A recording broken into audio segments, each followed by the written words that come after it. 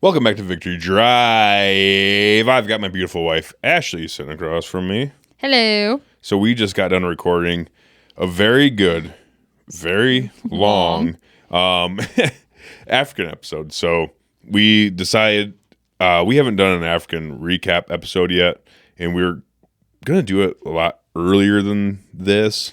Yeah, but, life life kind of happened, and we got busy and everything else, and we decided that it'd be a good idea to save the African recap for the week before the African Hunt Expo in West Point, Iowa, at the Hitching Post.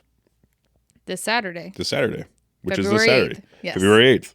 So we decided to put it out here now because, kind of to promote the event a little bit and kind of get the episode out there for everyone else. So it's kind of a twofer action here because we want, obviously we want to get people to go to the Hitching Post and have a good time and meet up with everybody, have some drinks and talk about hunting in Africa and kind of do that whole thing. But also it's like we're due. So here we are. And it was long. There's a lot to cover. We had an extraordinary time in Africa. We had some really good stories that, they got to be told a certain way. And we had a lot. So, we got through them all and hopefully everybody enjoys them. Yeah. We enjoy telling them. Yeah, they're fun. Yeah. They're fun because it's just, there's a lot in there, between, all the different animals, all the fun that you get to have outside of the hunt at camp and everything else. It's like, there's a lot to cover for sure. And Ashley getting her first animals ever in Africa. It's a pretty special experience that we got to share together. That was awesome. Yeah, it's very fun telling the stories. And, we actually hadn't recapped it in a while amongst ourselves. Right. And so that was kind of fun remembering certain things. And yeah. Yeah. So I will say we're not going to keep this intro super long because the episode is long enough, I guess. So we kind of want to get Boot, Scoot, and Boogie and get you guys into the episode. So with all that said, there are some partners of Victory Drive that are gracious enough to partner up with us. I don't know if that makes sense. That makes sense. That sounds kind of Yeah. Okay. They help make Victory Drive possible. Yeah, they do. We make it possible, but they help. And they support us, and in turn we support them because and that's kind of the thing. I feel like every once in a while I just kind of need to rehash a little bit on how partners of shows like this work. So we're putting out content for free to the public, and it really helps having companies that believe in what you're doing to back you a little bit. And it just this stuff isn't free, like the shit that we have to do, it's not free for us, so it does help out a little bit. By a little bit I mean we are using vast majority of our own money, but to have companies that believe in what our message and what we're trying to get across is really nice. So we decided to help try to promote them out a little bit too. So, and they're great companies, so it's pretty ezy too. Pretty easy. We're really not gonna partner with shitty companies. No. If any of these companies ever do turn shitty on us or on anyone, then that's it. But I don't think we have to worry about that because first up, Grizzly Coolers, they're not gonna be shitty. Nope. They're everything. Actually, there's nothing shitty about them. No. They make great coolers. They do, and they make great drinkware. And they're great people behind that brand. So they're definitely a really easy one for us. Grizzly, and they're also made right here in Iowa. Not far from us. America, Iowa. Decorah, Iowa. Great. So if you guys are in the market for any coolers, whether they're hard side coolers or soft side coolers, check out Grizzly Coolers and use code WCB at checkout to save some coin and support the show. Let them know that, hey, what WCB and Victory Drive is doing is awesome, and we want to support them. We want some cool coolers. Some cool coolers. Coolers. Keep your things cool. That's right. Assy cool. Or hot. Put your turkey in there, your brisket, whatever it may be. And we also got Black Ovis. Black Ovis is your one-stop shop for all your outdoor needs. They've got everything from footwear to archery equipment to shooting equipment. And really, honestly, a lot, I'd say like probably 80-90% of what you need to get out and get hunting, especially out west. They have a lot of Western stuff out on there. Check out Black Ovis. They have a lot of really good apparel. They've also got and they've got the best deals, honestly.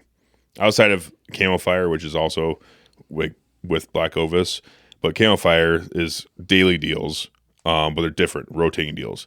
Black Ovis is all the time deals, and they've got seriously some of the best pricing. I've told this story before, but I was looking at a pair of boots, and I was going to buy them from Scheels, and they were on sale at Scheels.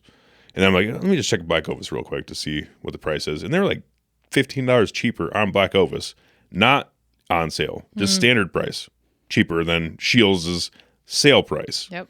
And if you use code VICTORY at checkout, you save even more money. So it's really just a great place to start whenever you're looking for things like, hunting equipment. So use code VICTORY to save some money at Black Ovis. Next up, we got Huntworth. Yeah. Huntworth gear. Ashley, you want to take over on this one? Huntworth gear. Great stuff at a great price. I, was wearing all Huntworth when we went to Africa, and we had extremely hot days. We had extremely cold days. I had Huntworth gear that accommodated both very, very well. Mm-hmm. Found my new favorite items in this last one during the cold days. I had the insulated female pants and that whatever zip up kind of what's that material? Sherpa. No, on the outside. Shit? On the outside? Whatever zip-up jacket that was, freaking loved it. Kept me nice and toasty warm. Had all the pockets for all my things, my chapstick, my phone, all the things. So, that was the Sherpa line. Like, it's like the woolly feel on the inside liner stuff. Yeah, that rules. I love their stuff. Yeah. I will say, full disclosure, for women's clothing, the lightweight pants are bigger on the waist. They run bigger. So you had the smallest size you could get, and they were a little bit big. Yeah. So the insulated pants, same size, fit me great. I think it's because they had a little extra in it with the insulation. The lighter pants do run on the bigger side. So if you're trying to decide between a small and a medium, go with a small because it'll probably fit you just right. I'm typically a small with them. So I got to wear a belt or something underneath them to make them fit. But other than that, everything else fits very true to size. All my hoodies, my jackets, everything I have like that, true to size. Mm-hmm. Perfect. And you can use code WCB15 to save some money on Huntworth. And then we got Mountain Ops. Mountain Ops is it's not like a supplement company that focuses on like outdoorsy stuff. Like hunting, I use it for my pre-workout. Shit. They're great. Ignite, you're using that. Yep, that's what I use. Because they have pre-workout, which is like the Yeti, and that's actual like pre-workout. That's a little too harsh for you. You like the Ignite. You like to use Ignite for pre-workout. I like to go pump iron. I like to deadlift. I like to PR, but I can't handle pre-workout. I don't know. My skin gets itchy. My ears get hot. I don't like it. Ignite is the perfect amount of boost that I need. And the biggest thing I really like about it is I'll fill up a water bottle with it. I drink about half of it before the gym. And then I take it to the gym and I drink it throughout. Pineapple's my favorite. Tiger's Blood's my second. And I just drink it throughout my workout. It's not like I have to time the pre-workout for it. And then I feel pretty good after the gym. And that's really when I have a lot of energy to go do bigger chore items or whatever it might be. And I don't have to worry about planning it. So that's my favorite product that they have. Mm-hmm.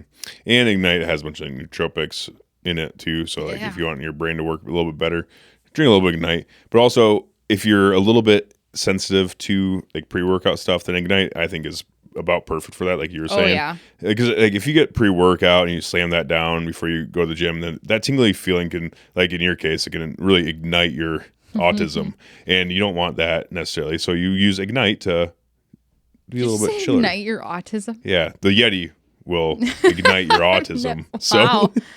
Okay. And it can distract you if you're a little sensitive. I'm not sensitive. With Yeti, I'll take fucking 2 scoops of that motherfucker. Well, whenever I use actual pre-workout, if I even, because I can only take half a scoop, and if I even went a little over that, if I was in a rush, I knew it too. And I'm like, I'd be sitting there and be like, ah. So Ignite, that's my go-to. And Ignite's I do also love their electrolyte packets. Oh yeah, those are great. Trade show season, they definitely come in handy. It's just a little pack, you rip it open. It's like a pixie stick. It is. And it's electrolytes. You wash it down. I love that stuff as well. Yeah, I will say the pineapple Ignite, if you dry scoop that, very good. Wow. I haven't done that. The Tiger's Blood Ignite, if you dry scoop that. Oh, yeah. I know you said don't do that. A little rough. So with Tiger's Blood, you definitely want to put Tiger's Blood Ignite in water because it does taste very good in water. But if you're a dry scooping kind of person, don't dry scoop Tiger's Blood. I'm not a dry scooping type of person. Yeah, but the STM shit, the electrolytes STM, that stuff's nice. And it's not a lot either. A little bit. Yeah, it just goes down the hatch. Get you feeling nice. Yeah, especially if you're hungover. Gets you where you need to be. Yeah, it does. All right, and you can use code VICTORY at checkout to save some money with Mountain Ops. All right, guys, thanks so much for listening. You can also check out some more of our stuff on Patreon. Yes. Patreon. I think we're doing pretty good on that. We're leaning more. We need to get more video on there, but we are doing good, like trying to get episodes out a little bit earlier to the Backbone paying members and stuff and everything else. And we're trying to be as active as we can on there. There's not like a shit ton of people on there, but the people that are in there are quality. Yeah. Quality people on the Patreon. So if you want to be a part of that, check us out on Patreon. And it just helps further support the show. I would love to be mostly supported by listeners like you guys rather than, other things. So that's great. It's just a great way to show your appreciation and also get some extra free little nuggets of content in there. Yeah. Which, I kind of lean a little heavier on that on Patreon for the items because we all know we've gotten flagged on social media for anything and everything. And so sometimes I have a video that's just too good. I don't want to have to go through and pick it apart. So whatever social media platform is going to shut it down, I know I can just put it right on Patreon, raw the way it is, and people can enjoy it there. Good to go. Yep. I will say, Mark Zuckerberg is a fucking douchebag and he's a liar and he has not let up at all since he said he was going to. He's a liar and a scumbag and a snake, and we're still very fucking restricted on there. I just had a guy I had it on the podcast before, Jaden Funk. He messaged me. He's like, "Dude, where have you been?" I'm like, "I've been here, dude." And he's like, "I haven't seen your shit pop up on my feed for weeks. I thought you just have been taking a break from social media." I'm like, "Nope, I've been posting." And he looked through. He's like, "That's crazy," because I haven't seen any of your stuff pop up on my feed. Nope. Until I came searching for you, and he actually had to search, go and search me out again. Yeah. It's absolutely crazy, very unfortunate. But fuck those motherfuckers. I'm also on X. X so far seems to be really good. There's a lot of gun people on there, much freer over there. So if you guys are interested in trying to get off of the meta platforms, check out X. Check me out on go ahead. Check it out. I don't know. I'm spending a lot more time there because fuck Meta. That's pretty much where my mind's at with that. But yeah. And TikTok. The last video that got flagged on that one, it was for in the studio. We have a gun hanging on the wall. Yeah. Got taken down for violating community guidelines, showing weapons. So it's just shit like that. It's like we said nothing wrong. I bleeped out all the words. I did all the right steps, but there's a gun hanging on the wall. It's like, well, all right. Motherfucking China. China. All right. Enjoy the episode.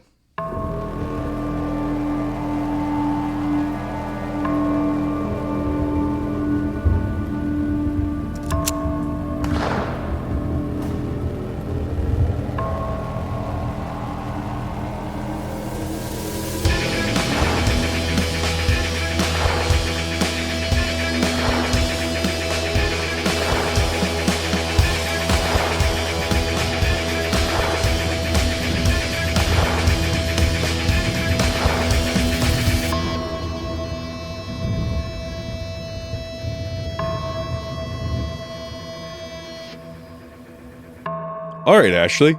Welcome back to Victor Drive. Yeah, shit. Last time we recorded together, I was on your deathbed. Not feeling great. I wasn't on my deathbed. I was just when you start trying to sit down and talk for an hour plus or so, then you really start realizing my nose is all jacked up and the sniffling, and you're super conscious. Because I try not to hack and sniffle while we're recording with people, and I couldn't help it.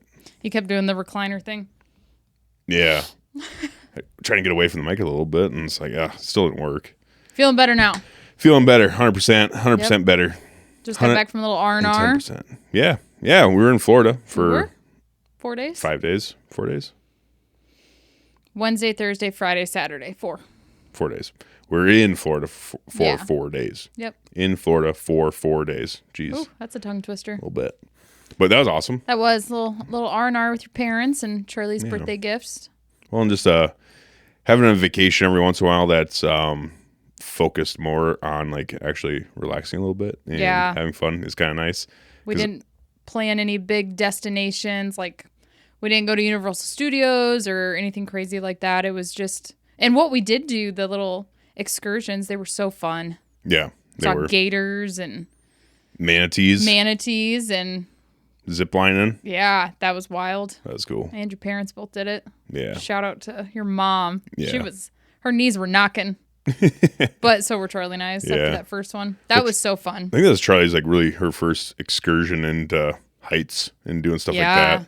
That was. She never really had to deal with heights before, besides like flying a plane. But when you're flying a plane, it's not really a heights thing. No. It's just a plane thing. Well, and I started getting intimidated because I don't like heights.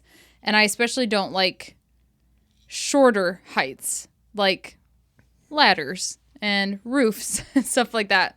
Like really big heights. So when we first started on the zip line and you have to get up on the platform and then a step stool while they're hooking you up, that was a little intimidating. But I think the most intimidating thing was I didn't realize how responsible you had to be because you are your brake on the zip line. And they give you leather gloves and you have to put one behind you on the zip line cord. And that cable. And that was intimidating. Like I thought you guys would do all the work and I was just gonna zoom and wee. They just go down there and just zip down. But then it's like, hey, you need to kind of ball up or do these aerodynamic moves in order to sometimes make it all the way across. And if you don't make it all the way across, then you have to grab the cable and start pulling yourself up to the rest of the way. So if you get stuck out there in the middle, then you're kind of fucked. But I mean, you're going so fast on those things getting started. You're going so fast. But towards the end, a lot of times, especially if you're lighter, like you and Charlie especially, I think she had to rescue herself like twice. Was it? Yeah, rescue crawl. And it's just where you turn around and you just work your way up with your hands on the rope. And she was close. The one, she was a little farther, but she just didn't quite think aerodynamic enough. She'd practice it, balled up, aerodynamic, and she goes, and her legs just starfish out. We're like, ball up. She didn't ball up. This thing is like she was so excited to do it when he first showed us the instructor first showed us the way to do it, like to cannonball up. She's so excited to do it, and then she just her legs just go out. She just didn't do it. And then let's see, your mom had to rescue crawl once, but it wasn't very far at all. Or no, maybe it was your dad. Maybe it's both. I think Dad did. I don't remember now because we did 5 zip lines and they got higher and longer with each one, and there were some pretty intense ones on there. It was awesome.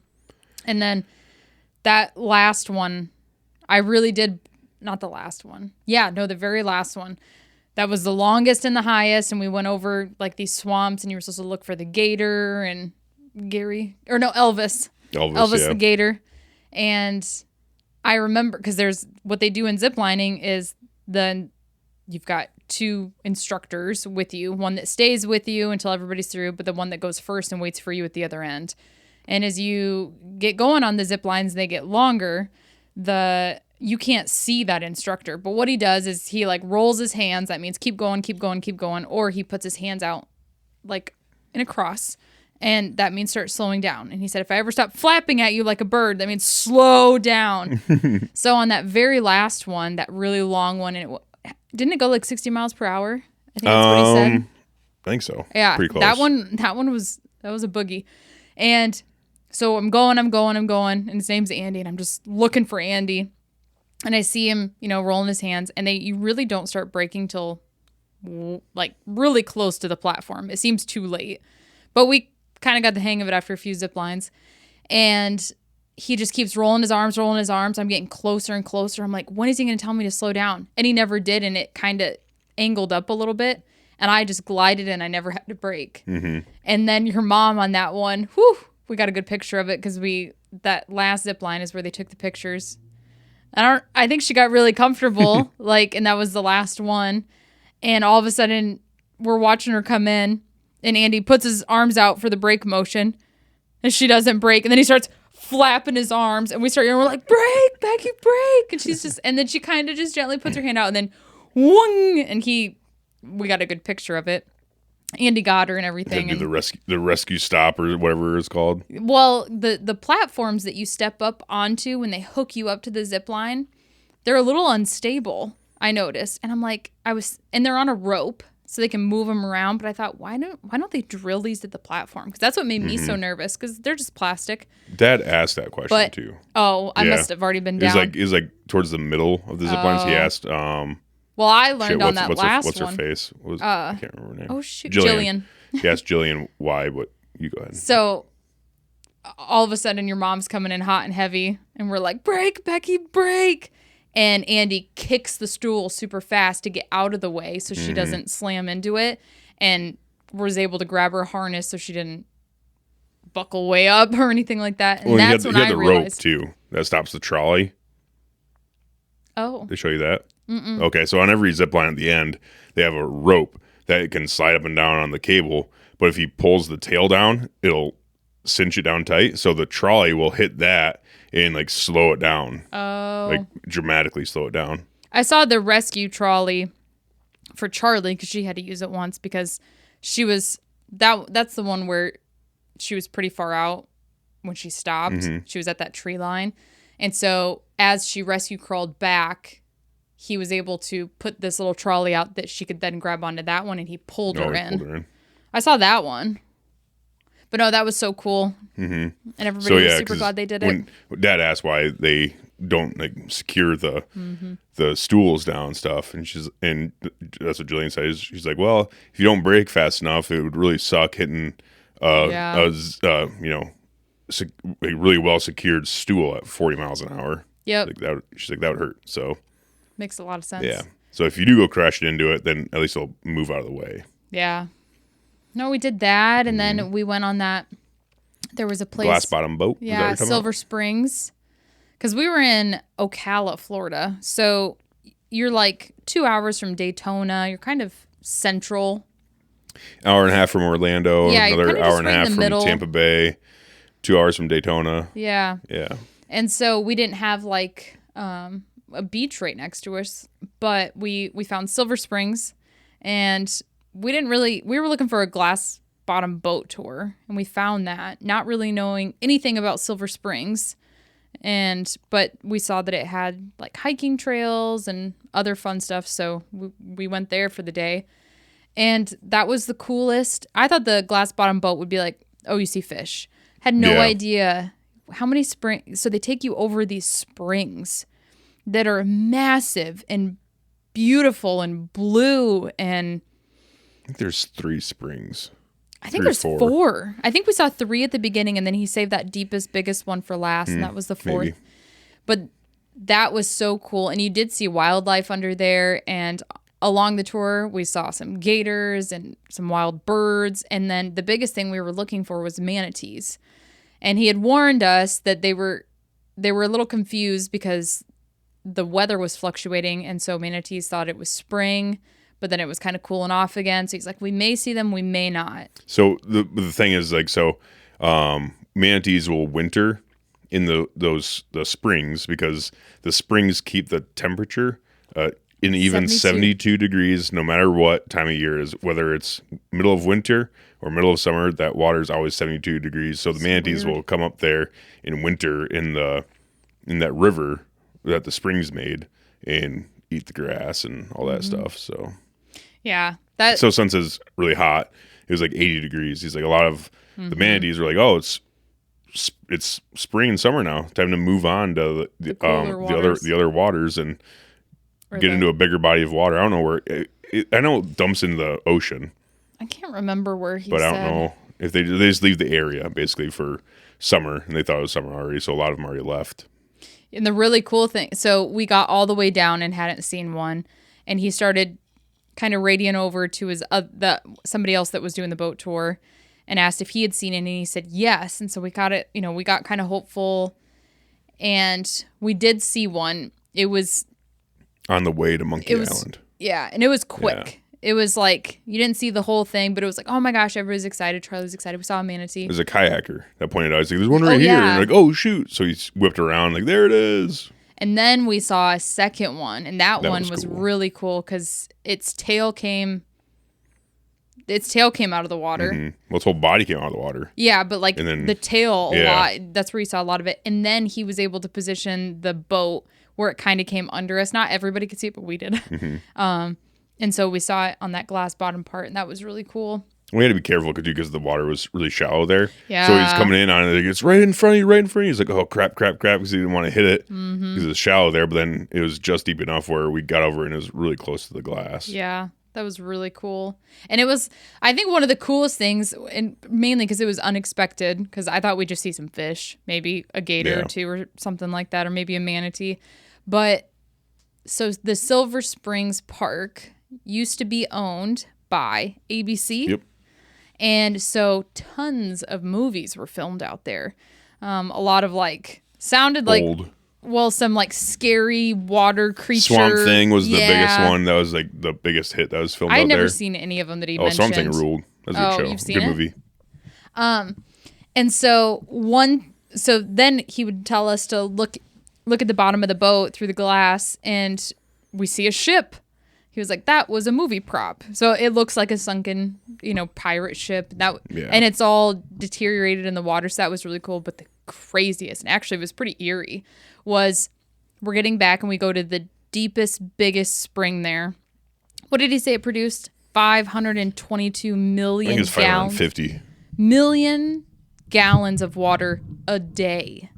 It was an insane amount. Yeah. And the other ones were also like in the millions, like 5 million gallons. What about millions? Oh, hundreds of millions of gallons per day produced by those springs. Yeah. But we go over that one and he's like, okay, so there was a movie filmed and there was 3 statues in this movie, and it was like Zeus, Hades, and one of those. One of the other ones. One is all the Greek gods. And he said, they're down there if you look. And I don't know what I was expecting, but all of a sudden we go over it and they're just deep down, and it's the rock and everything's so blue down there and the sun's shining it. You can see very well, but it's really deep there, and they're all standing in like a circle facing each other. Mm-hmm. And it was like, I felt like we were going over Atlantis. It was kind of creepy in the coolest way. And so that was really cool. Charlie didn't love that one. She's like, it's so creepy. So weird. So creepy. It was eerie. Yeah. But very cool. And he talked about how people really used to dive down there and stuff like that. I'm like, I would never. I wouldn't want to be next to that. I feel like some old Zeus spirit would come up and strike me. Well, the props aren't that old. They were made in like the 60s, and they're made out of PVC. So it's not like they're made out of, ancient granite made by ancient people. It was just PVC props. It was very cool. They sunk a lot of props in that river. He had a lot of cool stories. Mm-hmm. Yeah, there was really one other place we went. Then we went to the beach. It was a lake, a lake beach, because we didn't want to go all the way to the ocean because it's pretty far away, and the ocean's all cold and anyways, and we've already seen the ocean, and that beach is really nice though. That was such a great find that we were searching all these like beaches because there was a huge lake like 20 minutes from us, and there was a couple places you could go around it, but the one we found was Eaton's Beach. Yeah. And it's owned by this big restaurant, and they own that portion of the beach, and so it's private for them. Well, it's all private. All the beach around that is all private. Just a lot of houses, and they all own their chunk of the beach and stuff like that, so there's no trespassing. But that restaurant, like bar and restaurant, the piece of the beach that they own, anyway, it's welcome for anyone because they assume people are going to go there and drink and eat and stuff. So yeah, it wasn't too busy at all, and we went on a Friday, didn't we? Yeah, Friday. Yeah. Wasn't busy at all. Met a couple good people. Were able to get drinks and if you wanted food or anything, and on the beach, and so that was really fun. And it was a very not go vacation. It wasn't one of those vacations that you feel like when you get home you need another one. We were tired from the traveling, but it was a good was a true R&R, and we got an Airbnb, so we were all together, and it had a pool that was about, well, you're the one that jumped in it, about 30 degrees maybe. Fuck it. No, it wasn't that cold, but it had to have been in the low 40s. It was fucking freezing. It was so cold. You're a trooper. You jumped in with Charlie more than once. Yeah, we did it multiple times, but treat it like an ice bath. Yeah. I understand why everyone that does like the ice baths and stuff all the time. I get why they do it, because when you get out, it does feel super intense, and you get out and it does give you like a little feeling of like euphoria and stuff. But I don't know. I'm not like we live in a cold area, so we experience the cold all the time, and like involuntarily. So like, there's no like part of me that's like, hell yeah, I want an ice bath all the time. Like I don't think the health benefits are as drastic as, just eating decent and stuff like that. It's like, I'd rather eat a little bit cleaner than ice bath. I don't know. I don't know if it really helps, because I have a bad back and aches and pains and stuff like that. And it's like, I don't know. I didn't feel like it cured me. It's prolonged. I love a good health hack. I truly do, but that is one you will never, ever. You would have to tell me it cures like aging or something like drastic. Well, they say it does. They say that. I know, but not drastic enough. They say the extreme temperatures on either end, the extreme cold and like ice baths, or the extreme hot of saunas, is supposed to be like really good anti-aging fucking It'd have to shit. be like instant. You just won't catch me in an ice bath. I hate being cold. I hate everything about it. You won't catch me doing it. I don't mind it as much, but that was cold. That's cold as shit. Yeah. So yeah, it was great. It was great fun. Mm-hmm. Flew American Airlines, dealt with their shitty flight schedule at the beginning, delays, and we ended up still hopping on a plane though. And our luggage made it somehow. Yeah, they did a pretty good job for fucking everything up. Yeah. In the beginning. In the end, it was all good. Mm-hmm. So, the way back was nice and easy. We didn't have any delays or anything like that. Getting there, we had that delay and everything else, and we ended up getting, we swapped to a different flight, which worked out, but I mean, fuck. Yeah. She basically told me, she's like, I can get you on this flight that leaves boarding ends in 8 minutes, but I don't think your luggage will make it. She's like, I can try. I'm like, and I told you, I'm like, well, either we wait 5 hours and we're for sure that us and our luggage makes it, or we leave right now and our luggage possibly makes it, or we have to wait 5 hours in Florida for the luggage. I'm like, let's just go ahead and go. And I saw it on we were getting off, we ended up having a layover in Dallas. Mm-hmm. And we were standing up in the plane waiting to get off. And I have a bright hot pink luggage. And so it's easy to spot when you're picking it up. And sure enough, right out the plane window, I was like, there's our luggage. I was like, oh my gosh, I can't believe it made it. And I was tracking it too. And I was like, yep, it's here. All of it. It worked out. That was good. Worked out real good. It did. Real good. Yeah, no, it was a good vacation. And speaking about vacations, I guess, like, we want to talk about Africa. We haven't done an African podcast yet, and we figured this is as good a time as any to do an African kind of recap podcast, if you will, from our last trip last year. Yeah, August. Yeah. Because we went... Mm-hmm. Did we go the last weekend in August? Yeah, it was. Yeah, it was the last weekend of August, but... Because we were gone. Because like going to Africa is kind of like it's like a hunting vacation. Oh, yeah. So it's not like hunting in, the mountains of Wyoming and it's bougie. Chasing elk, it's, you're not sitting, you're not really roughing it. It's a nice, easy, fun vacation hunt.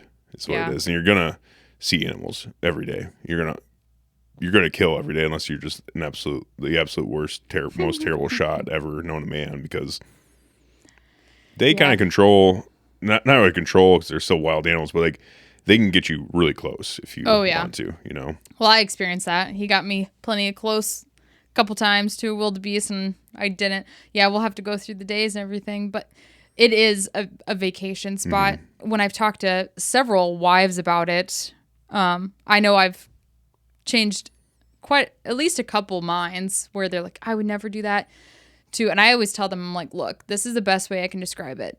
We had a honeymoon at an all-inclusive resort. Great place in Mexico, and it was beautiful, wonderful, awesome. Loved everything about it. I'm like, I would take this over it. If I got the choice between Mexico and Africa again, I would replace it. And they're like, what? And I was like, you don't understand. Like the yurts that you stay in, the hospitality, the food. Because the first time we went, I didn't hunt, but seeing all these African animals in their natural habitat was just incredible. It was being on the opposite side, like when you're going to a zoo. But you also, when I first brought up Africa, years ago, what was this? Probably 3 years ago now, 3 or 4 years, probably 3 years ago. I don't know, it's pushing 4 now, actually. But when I first brought up that I wanted to go to Africa someday, you were like, not super for it. So hard no. Why were you so hard no back then? Because I thought it sounded scary and sketchy and sketchy, basically, and like dangerous. And honestly, I mean, when we went the first time, I waited until the day we had to book the flights to make like my final decision. Because once you decided you were going to go with working class, and I was excited and supportive and very worried, but excited and supportive. And then you're like, well, do you want to go? And I'm like, what? I'm like, hang on, this is nothing I would have ever pictured myself doing. I mean, at that point, had I even gone on a hunt with you? No. I don't think so. That was the thing is like, Kurt reached out and asked if I wanted to go because Ross was going to go. Oh, yeah. Then he had some shit come up and he couldn't go. So they're like, well, they asked, me and a few other people and everything else. And I got back to him and I was like, yeah, after talking to you and you're like, might as well go. Like at the time we were all thinking like, probably just go once and be done with it. Once in a lifetime. Yeah. And then we've told this story before, but then we got to when we decided to go and everything else and you decided that you were going to go and all that and you waited so long to actually decide if you're going to go or not. We were at the airport and we were talking to a couple that's been there like 7 or 8 times. Oh, yeah. And they're like, we were telling them like, yeah, probably just going to go this one time and see what it's like and experience it and be done with it. And they laughed and like, you're going to go back. And we're like, I don't know. We'll see. And we get there and we're just like, oh, fuck. Yeah, we're definitely going back. And that's kind of when that whole relationship with Stuart started. And he's such a good guy and he has really good pHs and stuff. So it's kind of like that. It checked all of our boxes and we had an absolute great time. We're like, we want to put it out there for other people to have the same experience of going out there to Africa. And, if you treat it as a once in a lifetime trip, that's great. Go out there, have a good time. You're not going to regret it because it's an absolute blast, but, you're going to be trying to figure out how to go back is the thing. It's like, it's so much fun. And if you go with a good group of people like we did, both times actually, it just makes it so much more fun. It's like such a good camp atmosphere and the hunts are awesome. It's just it's like, I can't stress like how much fun it is. Yes.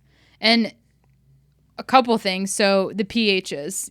So professional hunter or personal hunter? Professional hunter. So professional. So the best thing, it's like, I remember the first time we went and we had never met Chris before. And all of a sudden I'm like, okay, we're going to spend all day in a blind together. This fucking little weirdo. No, I did not say that. But we didn't know him. He was a stranger. And so you spend all day with him in the blinds, and then you go back to camp and you hang out together all night, and you have dinner and then you have drinks, then you go to bed. So you spend all day, and the pHs he has are just wonderful. And, we got so close with Chris, and we've stayed close with Chris. And then he was there on our second hunt. Wasn't our pH, which at the beginning I was a little bitter about because that was the plan. But we had some people in our group that were doing some big game hunting and they needed to switch around the pHs. So I pouted about it for a hot minute. And the biggest thing is Chris was our guy. Yeah. And I love Chris. And he's such a good guy. And we got, like you said, we got really close with him. And then when we're going to go back and have him as our pH, and then we got there, Stuart was kind of like, all right, well, we got Ethan and Chris that they haven't done a shit ton of dangerous game hunts, and the people we were with wanted to do Cape Buffalo. Yep. So Stuart wanted to get Ethan and Chris some more dangerous game experience, and Fricky, which ended up being our PH, he hates bow hunting. Yeah.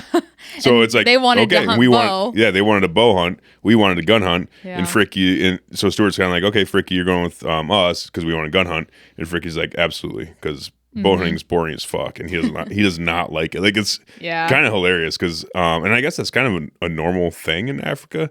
Like bow hunting's not super big. You just sit in the blind. They're like, why would you want to do this? This is so boring. Like, let's get on our feet and walk and stalk and track these animals down and hunt them. Like, they just don't. The way Fricky explained it to me, he's like, it's not in his mind. I'm not saying it's for everybody, but in his mind, he's like, it's not really hunting. You're just waiting for an animal to come to an area that you know they're going to be at because they have to get water somewhere, and they're going to get water at the watering holes, and you're going to be sitting there. And he's like, it's not really hunting. You're just waiting and then shooting them. And that's the way he looks at it. That's not the way, a lot of people in North America. In North America, a lot of people look at bow hunting as being more of a hunt, I guess. Just mainly because of the way you're doing it and stuff. But yeah, I can see his point, but I also love bow hunting. So I mean, it's just so much different and everything else. But man, so that's why the PHs got split up the way they did and everything else. And I remember being a little pouty about it. We went back to our room that night. I'm like, I don't even know him. And I was like, we didn't know Chris either. And Fricky was super quiet. Older. Yeah. And he's really quiet. And he was really quiet. Fuck. I'm like, man, okay. And then by the end of day one, we're like, Fricky's the man. He's the man. Yeah. He's awesome. And as the week progressed, because you get very close with your PH because you spend all day with them. Yeah. And then you spend all evening with them.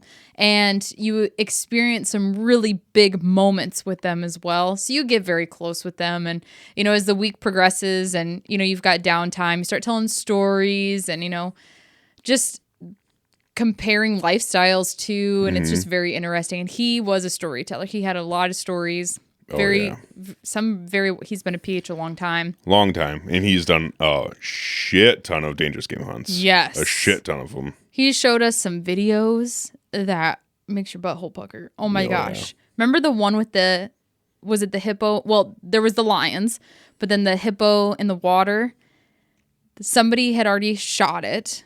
The hunter had already shot it and it was in the water and it needed some follow-up shots. So him and that other PH were almost standing like in a V, like with their hips touching, and they both had their guns and they were so close to this hippo. Do you remember that video? I'm trying to remember. I can't remember. I think it's probably on our WhatsApp because I think he sent it to us. I think he sent a lot of them. Yeah. Which I should post those someday. Yeah, they're wild. And all of a sudden, this hippo starts charging them and is uncomfortably close. And they just both, aim, shoot, fire. It drops. And it's just like, that's another day in the books. And it's intense. And then he had some other stories. Some of the Cape Buffalo hunts that he's been on and the videos he had of his friends, because he's in a big group chat with a bunch of their PHs and stuff, and they just there's that audio message of the one guy. He's like, all right, boys, everything's fine, I'm good, I just have a punctured lung, a fucking this and that, and Cape Buffalo fucked this dude up, and he threw him in the air 3 times. Yeah. Well, they had pictures of him right after it happened, and he should have died. But Cape Buffalo, they're so fucking tough. They're so big and strong. It's and ridiculous. This Cape Buffalo had already 2 shots in him, I think. Good shots. And they said they were good shots.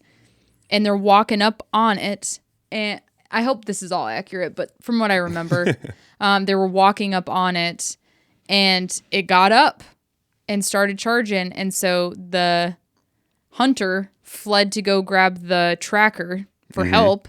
And the PH was there with him, and he ended up getting him by his horns, threw him up 2 or 3 times, and then had him pinned against a tree. Yeah.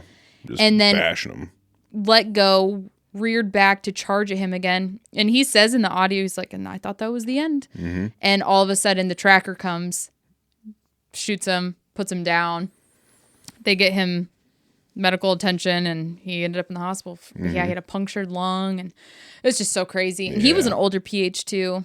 It's dangerous game. It is dangerous, but he's got some stories. What I'm trying to say, he's been through a lot. Like, he's done this a long time. He's done a lot of shit. He's seen a lot of shit. So it's like he had a lot of fun stories, and so it ended up being really good. because Fricky was awesome. He's a really good, very good hunter. He knew that farm like the back of his hand. Mm-hmm. He knew it so well. I think he said a lot of his time was spent on that farm. Yeah.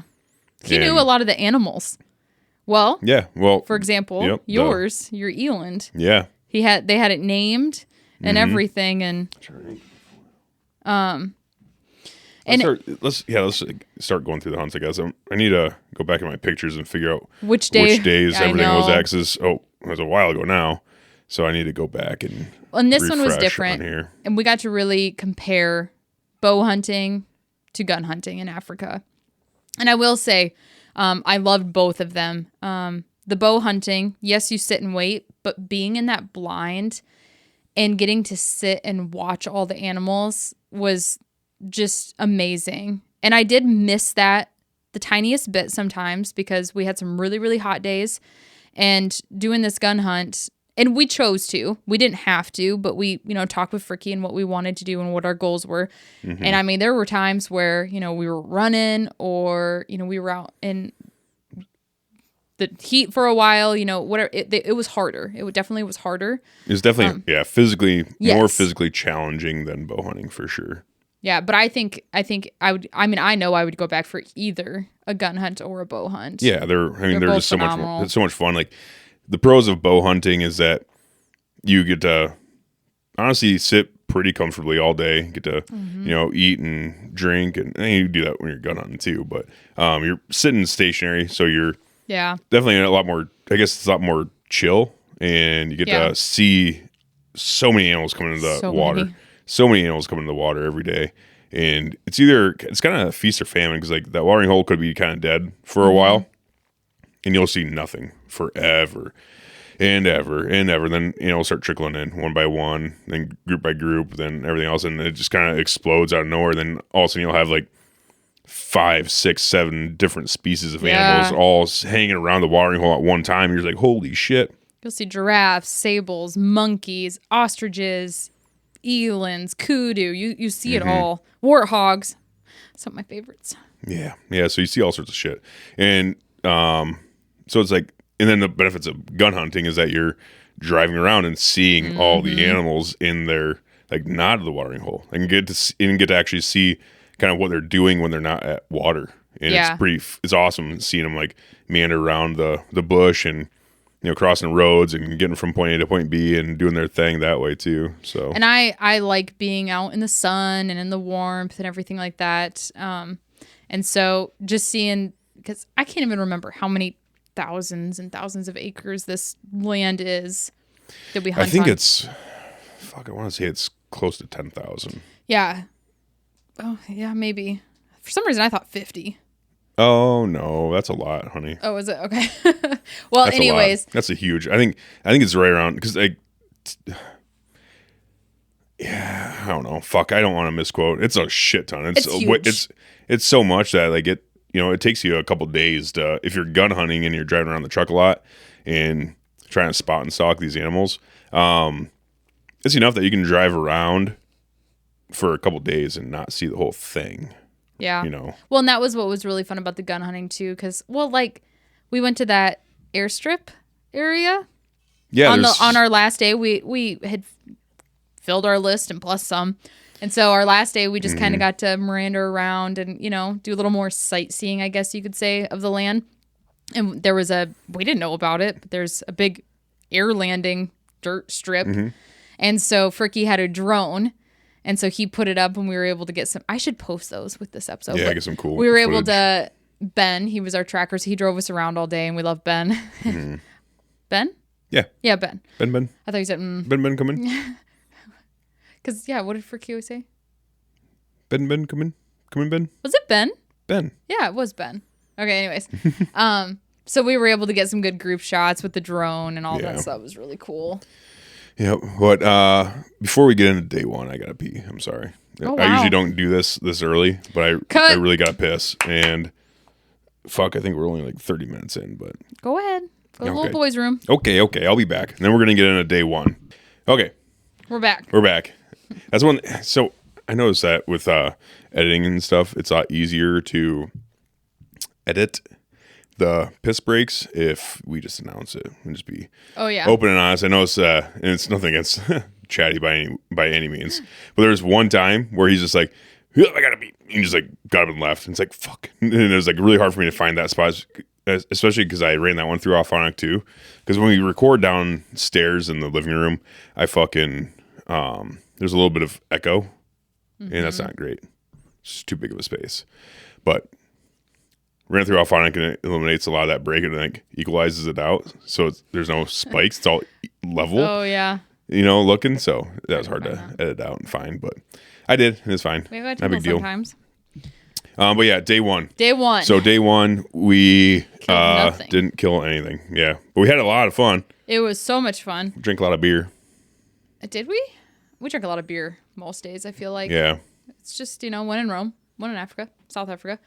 Yeah, but that was the day that we found out that because you wanted kudu, because our first trip, we chased a kudu for 3 or 4 days, however long it was. Yeah, so I guess we should back up a little bit to the 2 day 0 when we met everyone, right? No, I think it was the morning. When did we talk about that? Morning. Okay.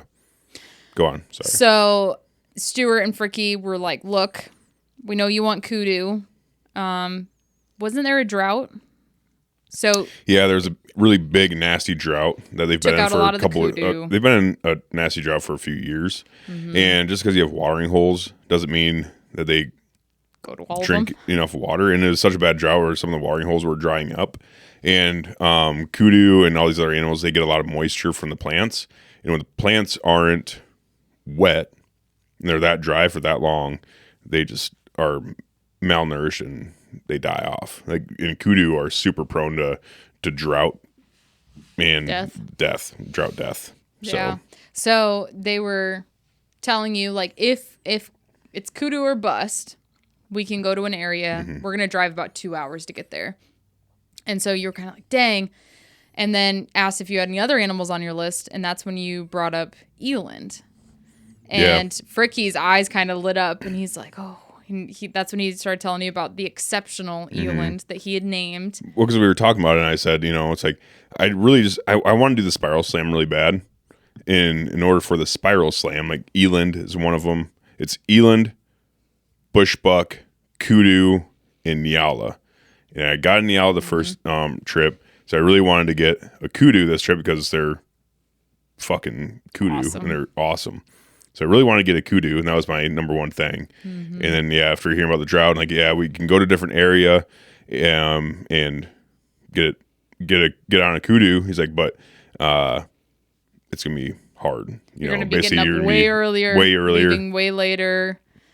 Getting back way later and all that stuff, and it's going to be kind of not that they stress that it's going to be a hassle, but the way he's explaining to us, like, we can definitely do that. We can definitely 100% do that and go hunt kudu and see what happens, kind of thing. But just know that this is what's going to have to happen, basically. And I'm like, well, an eland would be cool too. And then Fricky was like, okay, because we've got eland. Yeah, and the exceptional eland he was speaking of, it was either 2 or 3 hunts already. They had chased this eland and they hadn't got him. And he was like, he's the biggest one we've ever seen here. That's why they named him the exceptional eland. Yeah, well, and by biggest one, he doesn't necessarily mean horn either. He's just because he's the oldest, and when these animals get old and get into that, later stage of their lives, they start degrading because they start rubbing off their horns by rubbing and fighting and doing all that kind of stuff. So this eland, there were other eland that had longer horns. Yeah, because Buddy ended up killing an eland that had longer. His horns were longer than mine, but he was much younger. And my eland was fucking gigantic bodied. Like, he was a giant bodied animal. Really fucking big. Everybody that doesn't know what an eland is, if you listen to this, Google eland. They're massive. They're so big. I couldn't believe it. And they're tall. They're tall and huge and big. And what is that little brisket thing that they have? Yeah. The big flap of skin. Whatever it is. That thing was wild. Look it up quick. So, yeah. Fuck, did I put my phone out there? Right there. Day one, we did like a lot of scouting and planning. And we had told him, I'm like, okay, I had made the decision on this trip that I did want to hunt. And disclaimer, I have never killed an animal. Never. I've gone. Dewlap. It's dewlap. Yeah. The dewlap. So, he had asked me, he's like, okay, like, what are you looking for? I'm like, I would love to get an impala. I know that they're everywhere here. They're very cool looking. Seems like a great animal. And then I was like, if I had like a bucket list right now as a beginner hunter, it'd be a wildebeest. I think they're really cool, really awesome looking animals, and they're big. And he's like, okay, yeah. And they killed Mufasa, so. Yeah, it's just a history with them. I'm like, and there's their blue wildebeests. And so we were kind of just, day one was game planning, scouting, kind of getting a feel what the gun hunt was going to be like, because we weren't going to be sitting in blinds. Yeah. So I think day one we really focused on stalking and trying to get you an animal, because there's a lot of impala there, but impala are so skittish, and well, they're all very skittish, but impala was kind of tough. Like we were just kind of going around, like mainly looking for something for you to hunt, and we found quite a bit. Like you made what, 3 or 4 stalks that day on day one? No. Yeah, you did. On what? I can't remember. I thought you made a couple of stalks on wildebeest and one on like really short stalk on some impala. Maybe impala. I know I didn't day one wildebeest because my focus was impala. I know day 2 was a lot of that, but we're gonna get to that later. But I thought day 1. I thought you made a few stalks. I thought we made a few stalks on some animals day 1. Maybe on some impala. I think we did. We just drive around and look at shit all day. But no. I do know that the temperature day 1 was not great. Was it colder? Yeah. Gosh, I'm forgetting it was what super happened cold. on what day. It was really, I think it was quite cold on day 1. And when it's cold like that, they just kind of hunker down.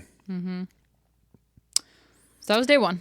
Yeah. And then we met everybody. We didn't know we had never met who was going to be in our group. Because we got there kind of late, didn't we? Like the day before, like arrival day. So we didn't meet anyone really. No, they were already in bed. We arrived at like 11 p.m. Yeah. Wonderful Charles had venison pie still in the warmer for us. And that was great because after it's a long travel to get to Then when we South woke Africa. up, we kind of met everyone when we woke up, but it's so short because it's kind of like, okay, get to the blinds. Yeah, good luck. Great meeting you. See ya. Nice. So yeah, we had day 1 happened and all that stuff. So we had a couple of guys and their wives from Ozonics, and they were all awesome and such a good group to be with. It turned out, and we were a little nervous. We're like, gosh, we know how great camp can be. Yep. With awesome people, but they met all the expectations. They were awesome. Yes, they were. They were rich, but they didn't act rich. Yeah, so. It was awesome. When I say rich, I mean like they worked very hard at building a company, and they did. So and so awesome to hear about the building of that company too. We had a lot of good stories around the campfire. Day 2, we woke up. I was PHing that day.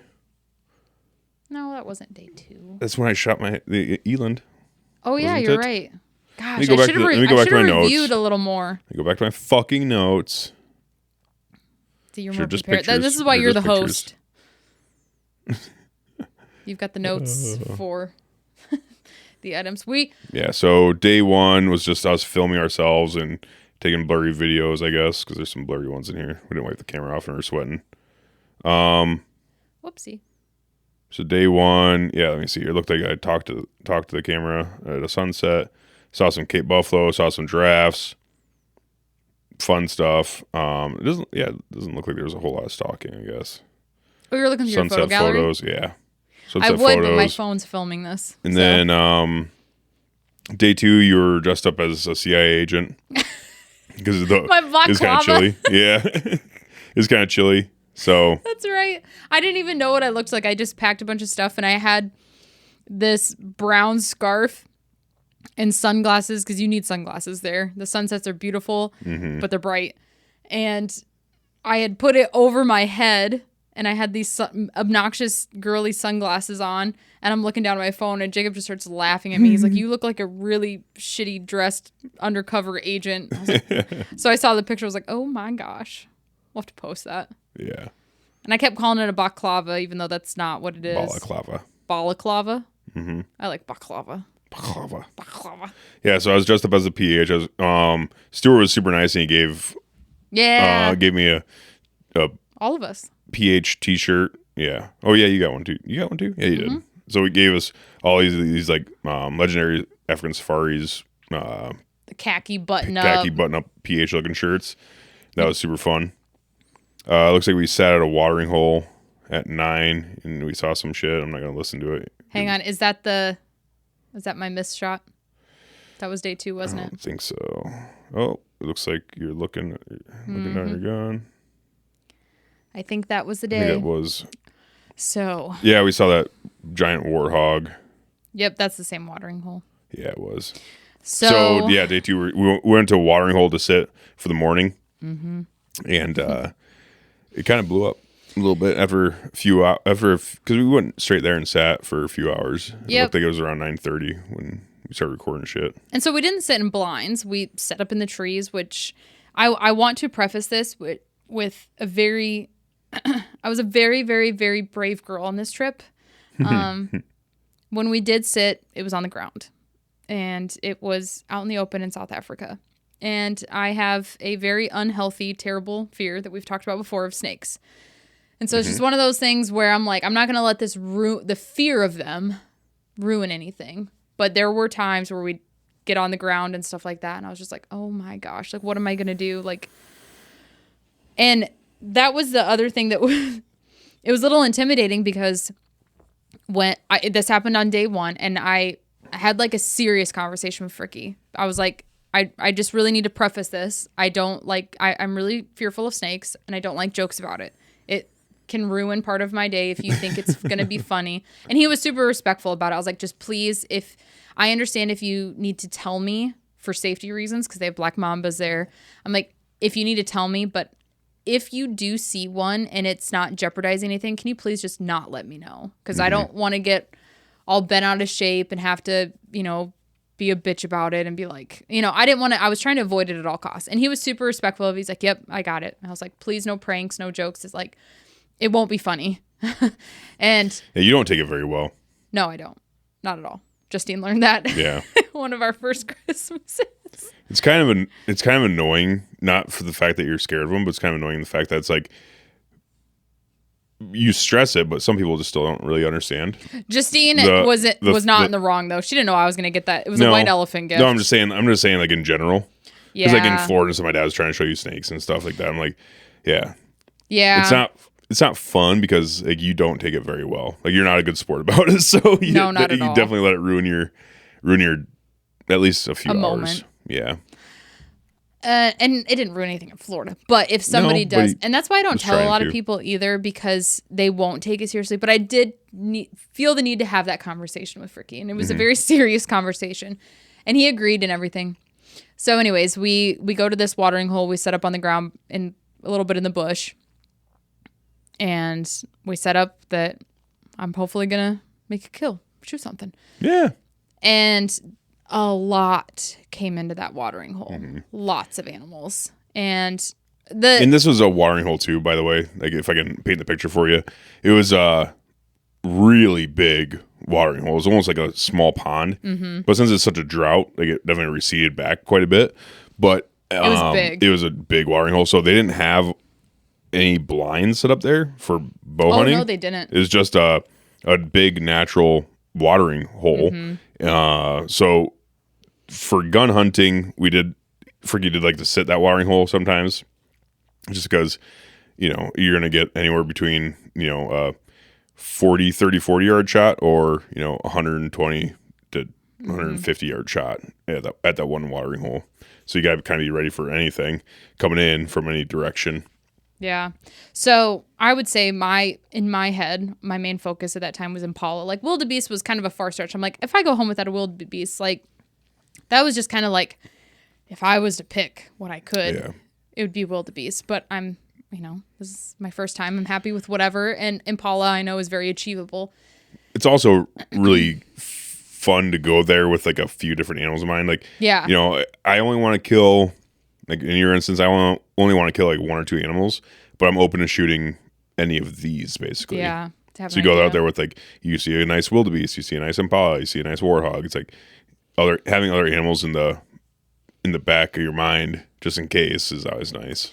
And it's important to know too that I thought I had a little mental list of animals that I wouldn't want to shoot. Yep. And I really got to experience that shift where I love an animal so much, wanted to kill it. I don't know how else to put it. Yeah. But so we're sitting at this watering hole.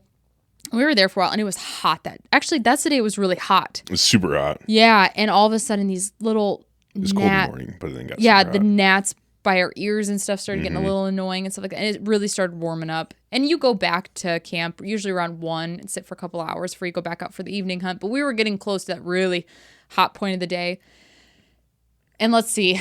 Well, it starts cooking so fast. Like it'll be cold. And then it's just like boom. When it's nighttime, and then I don't know. You gotta fucking layer up. 7, 8 o'clock. It's like holy shit, it's getting pretty warm. And then by 9 o'clock, you're like, fuck, it's hot. Lots of layers.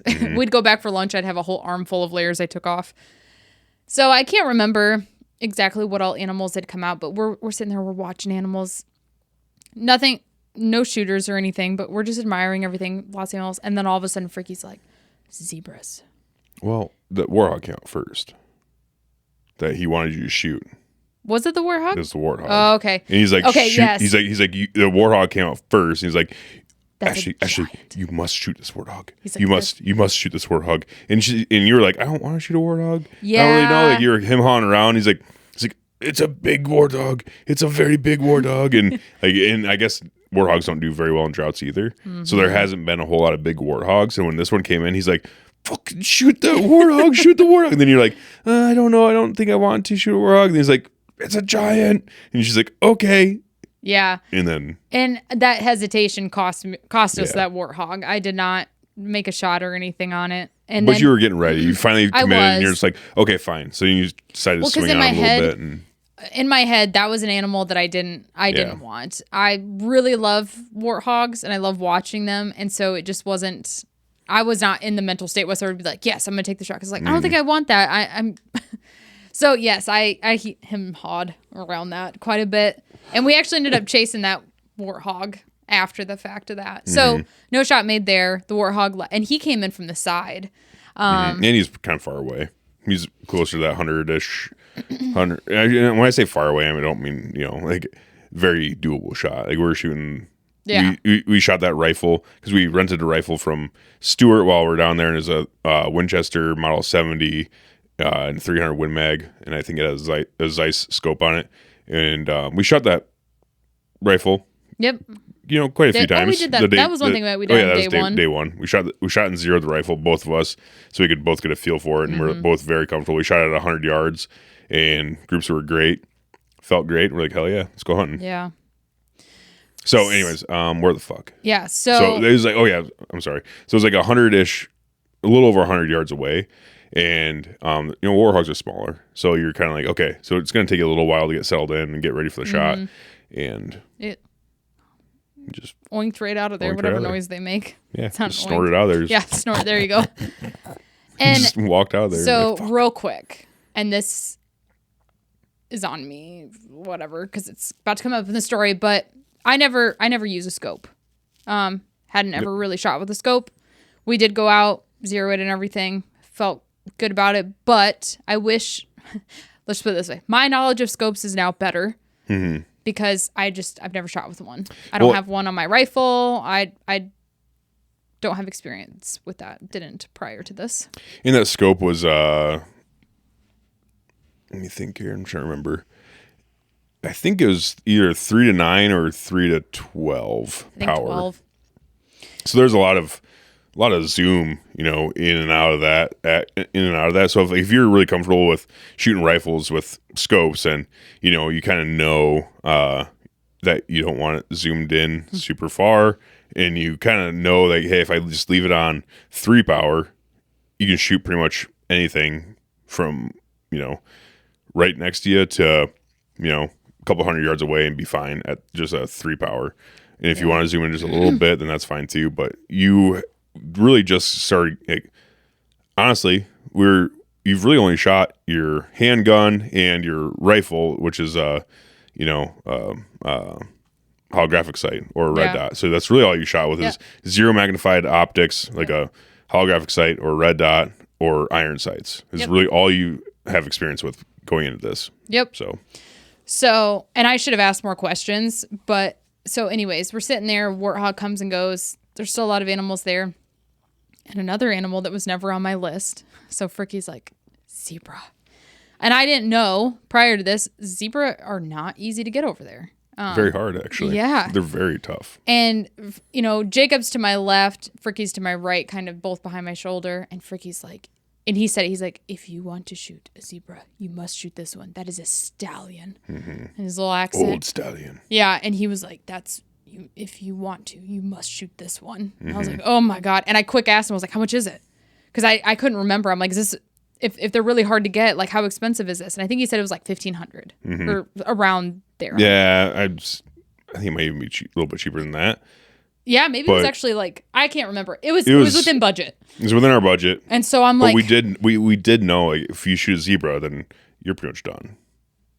Oh yeah, that was my bigger animal. Because we were factoring in Impala are cheap. Yeah, and then I wanted a wildebeest. Yeah, and we're factoring in the budget. We're basically like, okay, if we get shot at wildebeest and Impala are super cheap. Wildebeest are like I think $700-ish. So we're like trying to stay within that $1,200 to $1,500 price range for you to shoot whatever you want, basically. And the zebra would have taken up. Yeah, but real quick in my mind, like, and he. In that quick little, when they were coming in, I realized like this opportunity probably isn't going to come back. This would be really cool. And I said, okay. And so he's whispering, he's like, if you look down at their shoulder, their stripes will meet and they'll make a triangle. That's where you aim. That's where you shoot. I'm like, in my head, I'm like, a triangle? They have stripes on them. Yeah, terrible South African accent, by the way. I know, it's bad. Just stick to talking yourself. Just to go a little Australian. Yeah. I don't know what that was. Anyways. So he's explaining the triangle down the shoulder. And I'm like, and I started getting really nervous because I'm like, oh my gosh, I got to, okay, all right. It's about to be my first animal. Yeah. That too. Well, yeah, I already have just those first hunt nerves. And so sure enough, the one, and he's also telling me which one. There was only one that he wanted me to shoot. Was there like 4? And there's a ton of other animals around. The water. Yeah, that was the thing. We had to get it in its shot because. So that warthog came in first. He's the first animal that came in. You're right. We were going to shoot that thing. And then it oinked off and whatever else. Then a little bit of time went on. And then we had, we're just going to back up real quick, just so people can get the idea of what was going on in this watering hole at the time. So we had, when the warthog worked off, we had fucking Impala come in, a shit ton of Impala come in. This watering hole is pretty big. So there's a lot of Impala on the watering hole. No shooters. Drinking already. A water buck came in and it was like dancing in the water and just like splashing around, doing its thing, drinking and fucking around in the water. And then there was some kudu cows that came in, and I think that's it. But this watering hole was full of animals, and those Impala were pretty fucking close to us. Like, so we were really trying to get her moved onto this zebra and get her a shot without blowing out any of the other animals and not blowing out the zebras that were 80-ish yards away from us. And you had to shoot through some brush. Yep. Because there's brush in between us and the zebra. So we're trying not to blow out the super skittish zebra. We're trying not to blow out the super skittish Impala that are right next to us. We're trying not to blow out any other animals, because if one animal blows, then the whole watering hole blows. And we know that from experience from last time we were in Africa. And it's just like, we have to do all this. And it's your first time hunting and you're about to shoot a zebra. And all this stuff is going through our brains, and those zebra would not stand still. No, and we're sitting on the ground too. I'm sitting like crisscross applesauce. We've got the setup like on a cooler and whatever else. And I remember I had to turn a little, so my heart's already thumping. But I remember being calm, cool, and collected for the most part. And so, and we'll end up posting this, but. I have it filmed. Jacob was behind me filming, but I also had a tripod set up facing just me. And so it does. And it's broadside. And I see the triangle. I'm like, oh my God, that's crazy. I never knew that. Out of all the pictures I've seen of zebra, I've never noticed a triangle. But there it is. It's there. You never look at their And I was like, damn, that's either, awesome. that I have a freaking bullseye target right there. Mm-hmm. Love that. Love that so much. It goes right in their heart too. But I was very surprised. It was a lot lower than Mm-hmm. I was like, whoa, that's really low. That's where I shoot them. Okay, all right. Well, because that triangle literally points like right in their heart, and their heart's sit low in their chest. So yeah, I just in my head I just didn't expect that, and I was like quickly trying to adjust. I was like, okay, and so I settle in, and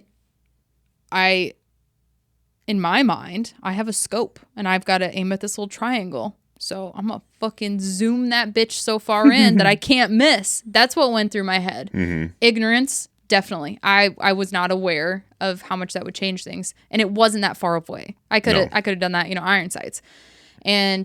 But in my mind, I'm like, I'm going to drop this sucker. So I'm going to use all my tools. Yeah. And so in my head too, real quick, while you're doing this, I'm sitting there holding the camera. The big camera. The big camera on this zebra and trying to get a good shot, but I was also like watching you and stuff. And I seen you go to your scope and you're just like all the way turning it, and you're zooming in, zooming out, and you're kind of like fucking with it a little bit. And then you get like, I see you like, it looked like you had it cranked pretty high. I'm like, but I couldn't say anything either. I didn't want to fuck everything up and be like, zoom out, and do all this stuff. So I just let you do your thing. Yeah. So interesting enough, so like I said, I felt pretty good. I didn't feel all jacked up and like crazy nervous. I was nervous, but I didn't feel out of sorts. And I go to pull the trigger. I took my breath and nothing happened.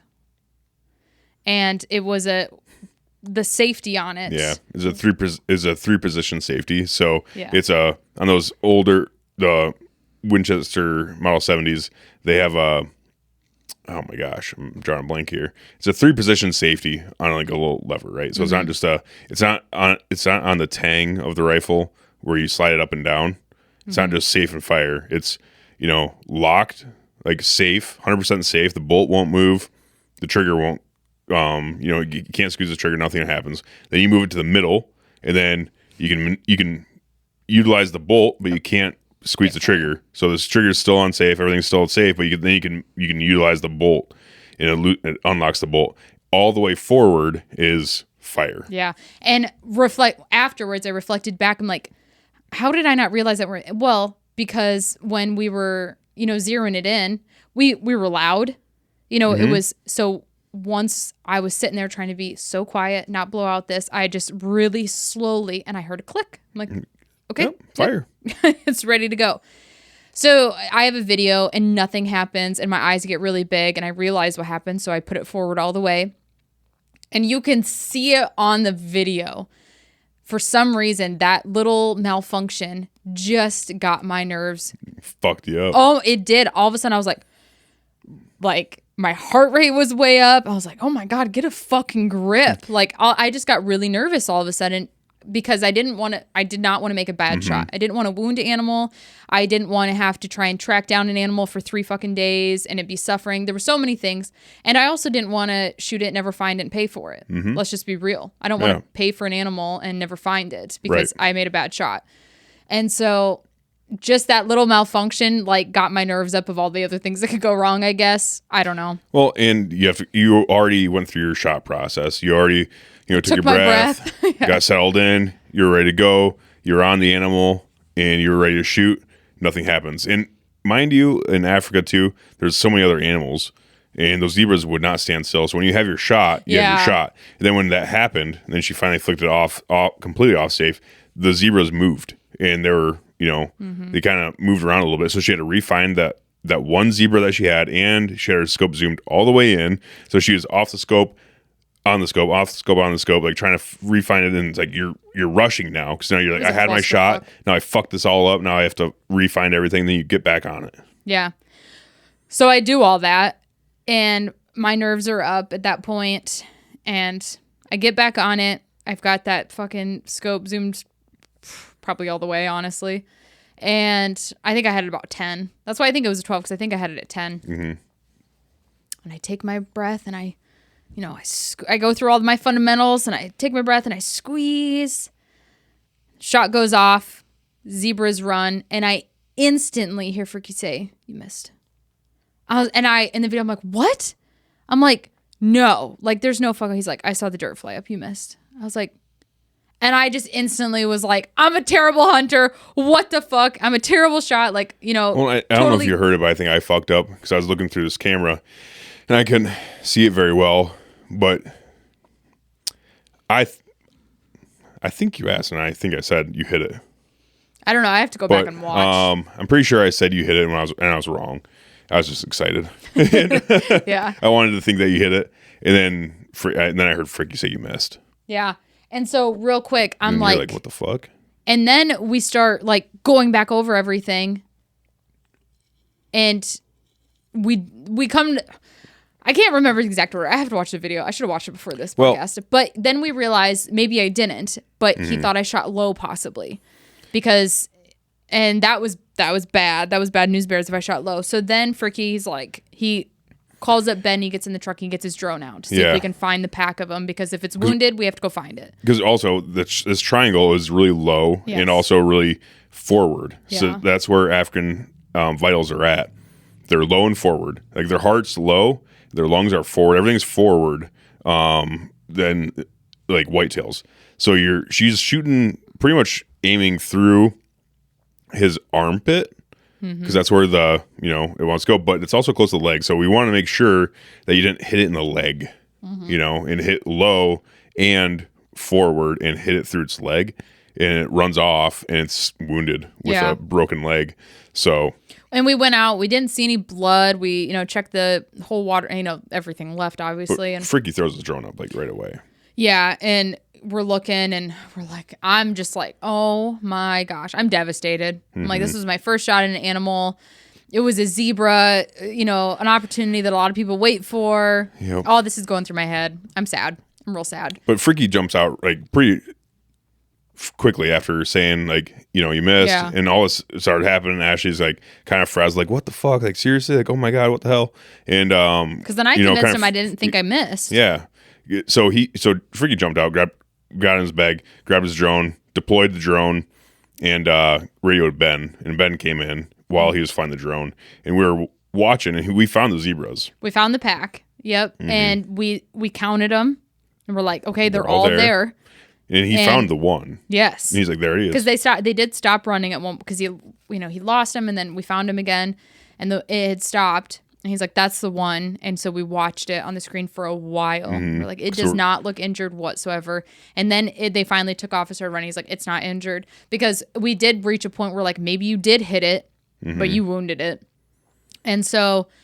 But we're also thinking like you're being a newer hunter, you could have shanked the shot. Yeah. And hit him in the guts or hit him in the leg or something like that. But he didn't. When we were looking in the drone, he's like, well, he's not hitting the leg. Yep. And he's running really good. He's staying with the herd. And Fricky was saying too, he's like, his experience of seeing zebras that get hit, the one that gets hit strays away from the herd, and he gets kind of left behind, whether you hit him in the guts or wherever you hit him. It's usually kind of by himself at that point. And he was with the herd. He stayed with the herd. We watched him stop. We watched him take off and run. We watched him stop again. Watched him take off and run again. And he's like, well, he's just not looking injured. But we got to do our due diligence. Yeah, which we did. And so I was go out there super sad, and I was just like, okay. But we still went out and we checked the spot too. We walked the spot they were at with Ben, with the tracker. Yep. We tracked him out. There was no blood. Went into the bush a little bit. There's zero blood on the ground. And also from watching from the drone, we realized like it was a complete miss. And looking back on film, I think we even saw like, okay, yeah, like you hit low. Yeah. And missed completely. It does not come up. I do not mention. Nobody realizes that I had my scope zoom so far in at that point. It didn't. So, anyways, we'll get to that. So at that point, I'm like, okay, let's take a break from me hunting. That's enough for me. Let's go back to camp. I need to I don't know. At that point, I'm like, I know I'm not that bad of a shot. And so I was really confused. And I'm like, there's no way that, yes, I got really nervous, but I really did truly feel like all my fundamentals were still there. I took my breath. I squeezed the trigger. I, didn't feel like I jerked anything. And so I was really like self-reflecting, like, what the fuck did I do? Like, and how? Because I need to fix that before I try on any more animals because I'm not about to keep doing this. And so then we go back for lunch. Woe is me. Pouted a little bit. And then I'm like, okay, you just need to focus on you now for right now. But we did didn't we dissect the shot at lunch and stuff? Yeah. Pretty sure we did. We sat down, we were talking about it, like going over it and everything else. And we're because I had that camera on me. And this is the thing. He's like, we were trying to go back and like rehash, what went wrong and everything else. And we were talking and I made the mention of like, well, what did the shot picture look like and how zoomed in were you? And you're like, oh, I could see the triangle. I'm like, okay, how does it look? And essentially, long story short, you told me and Fricky that you were zoomed all the way in on the triangle and that's all you could see. And we're like, oh shit. Well, you can't do that. Like, cause the thing is when you're rifle hunting and you have an optic, like a scope on there, you want the full picture of the animal. You want to be able to see the whole animal in your scope. You don't want it to be zoomed in so far, especially on a closer shot, that you don't want to be zoomed in so far that that's all you can see. You want to be able to see the whole animal so you can get your bearings and make a good shot. And when you zoom all the way in like that, it gets pretty shaky. And it shouldn't really matter, because if you execute a good shot, you should be good. But it doesn't take much for that to be knocked off. And if you can only see that one spot, it doesn't take much for it to be, and you're excited and everything else. Oh, and everything felt good at the time. But I'm sure what happened is that you were a little bit frazzled subconsciously. And when you went to squeeze the trigger, I'm pretty positive you jerked it a little bit. And we went back and watched footage of your trigger squeeze and stuff. And it looked pretty good, but it's kind of like, it doesn't take much to knock it off course. There wasn't a lot of room for error. There wasn't a lot of room for error. It was a low already. Needed to aim really low. And it should have been zoomed out more, seen the whole animal, and you could make a better shot that way. And I think you would have felt a little bit higher, because you're trying to shoot in the middle of that one little triangle. If you're zoomed all the way out, you can see the vitals better. You can see the whole vital picture, and you can, in your mind, you're like, okay, this is actually where I need to be. But you were so low and just so hyper focused on that one piece of the puzzle that you got a little tunnel vision and you shanked the shot. It was an interesting experience. And that's just an experience. It's not a bad thing. And we learned from it. Yep. Moved on. And we're like, and you were saying too, you're like, well, now I know. Yeah. So now I know what not to do next time. I was just so grateful I missed. Yeah. That was my big thing. So then we go back out after lunch. Yep, and we're driving around looking for some stuff, and we found some wildebeest, and I think not that day. We did. No, I know 100% we did. 100% know that we did make some more stalks on wildebeest, but you weren't super comfortable. At first, I know we did. I know we made some stalks. I remember being kind of tired, and this is the one that we ran after those wildebeest. A little bit. I'd have to go back because I didn't think we did. I mean, we're just still on day 2. Yeah, I know, but you didn't shoot anything. I know you had a few more stalks in there. Oh well, there was lots of stalks. Yeah. Okay. On day 2. I'm so sorry. You're gonna kill me. We already took a potty break, and you asked me if I needed to go. I did. Okay. Real quick, let me just make sure. No, 100%, because then that's when we downloaded the pictures of where to shoot a wildebeest and stuff, and the vitals of these animals and everything else. I know for a fact that we went out and we made some stalks that day. Yeah, for you. Stalks. For you. All right, pause. Okay, we're back. I know. So we did some stalks. So that's not the important part. I know, but we're gonna get there. We need to cover all this stuff, Ashley. So we did go back out after lunch, and you felt a lot better about it. We're driving around, and we realized we found some wildebeest out in the bush, and we did go make a stalk on them. This is when because I remember I was dressed up in my fucking pH gear. It says pHing you. Okay. Because then you found the fucking kudu. Are you talking about the one where I... Yeah. Okay, let me see here. It doesn't matter. Look at this. It's the same story. It doesn't matter which day. We're going to go back through here. So it's August 28th now. And we're in there. Okay, and I believe you. I'm watching you with a gun on your back here on the phone. That was a lot of the days, though. Now we're going in here. Am I wearing the brown shorts that day? Yep. I'm pretty sure when I had that shot and stalked that wildebeest, I was not in that attire. That's why I'm thinking that. I'm remembering the outfits. Doesn't matter. It's the same story no matter which day it was. All right. I guess you'll find out when we fucking do the video, I guess. Because all this video stuff it's all on there. You'll see on the video. I'll tell it after you tell you had some you had some field wildebeest stalks in there, or one field wildebeest stalk in there somewhere on that day, and we left and we're just like heading back, and this whole time we were talking to Fricky, and he kept hyping up this eland, and the day before I remember we were at the campfire, and he was talking about this eland. He kept calling it this exceptional eland. He told us a big story about how he's been out there with other hunters, and they were hunting this eland specifically.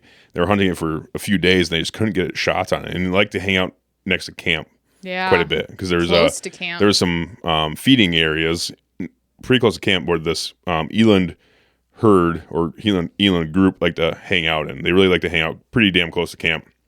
I think it's because they like to see vehicles coming in and out, so they knew where to go and hide and stuff. And there is a hard eland to hunt, I guess. And he was telling us the story, and he had some French hunters in there and some Spanish hunters in there, and they all were trying to shoot this eland. And they just, he got a couple guys close, and they shot and missed, and they just couldn't kill this eland. And he's hyping this all up, and I told him, like, if you get me on that exceptional eland, I'll drink a whole bottle of Jaeger by myself. Yeah. And Fricky's like, accepted. I'm like, okay, but you have to give me an opportunity at this eland. If you get me an opportunity at this eland, then I'll drink a whole fucking bottle of Jaeger to myself. He's like, okay. Now it's the next day, and zebra happened. Wildebeest stalks happen, getting low on light. We're getting close to nighttime, I guess, close to end of shooting the light.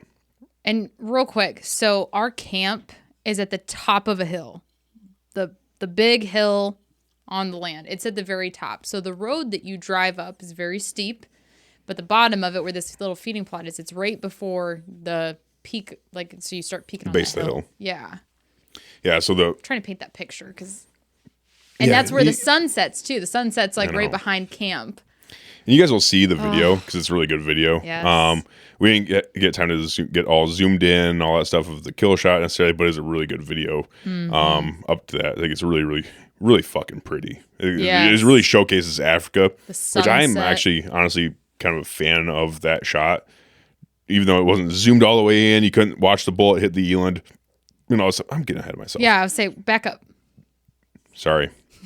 Spoiler alert, I guess. So Fricky was talking of this eland and stuff, and we're driving around. We're driving basically back to camp, and he's like, "Well, we need to go this route because I want to see if those eland are feeding next to camp." And we had a half hour left, maybe. Maybe, yeah. Yeah. We're getting pretty close, and I'm just like, okay, whatever. We drive.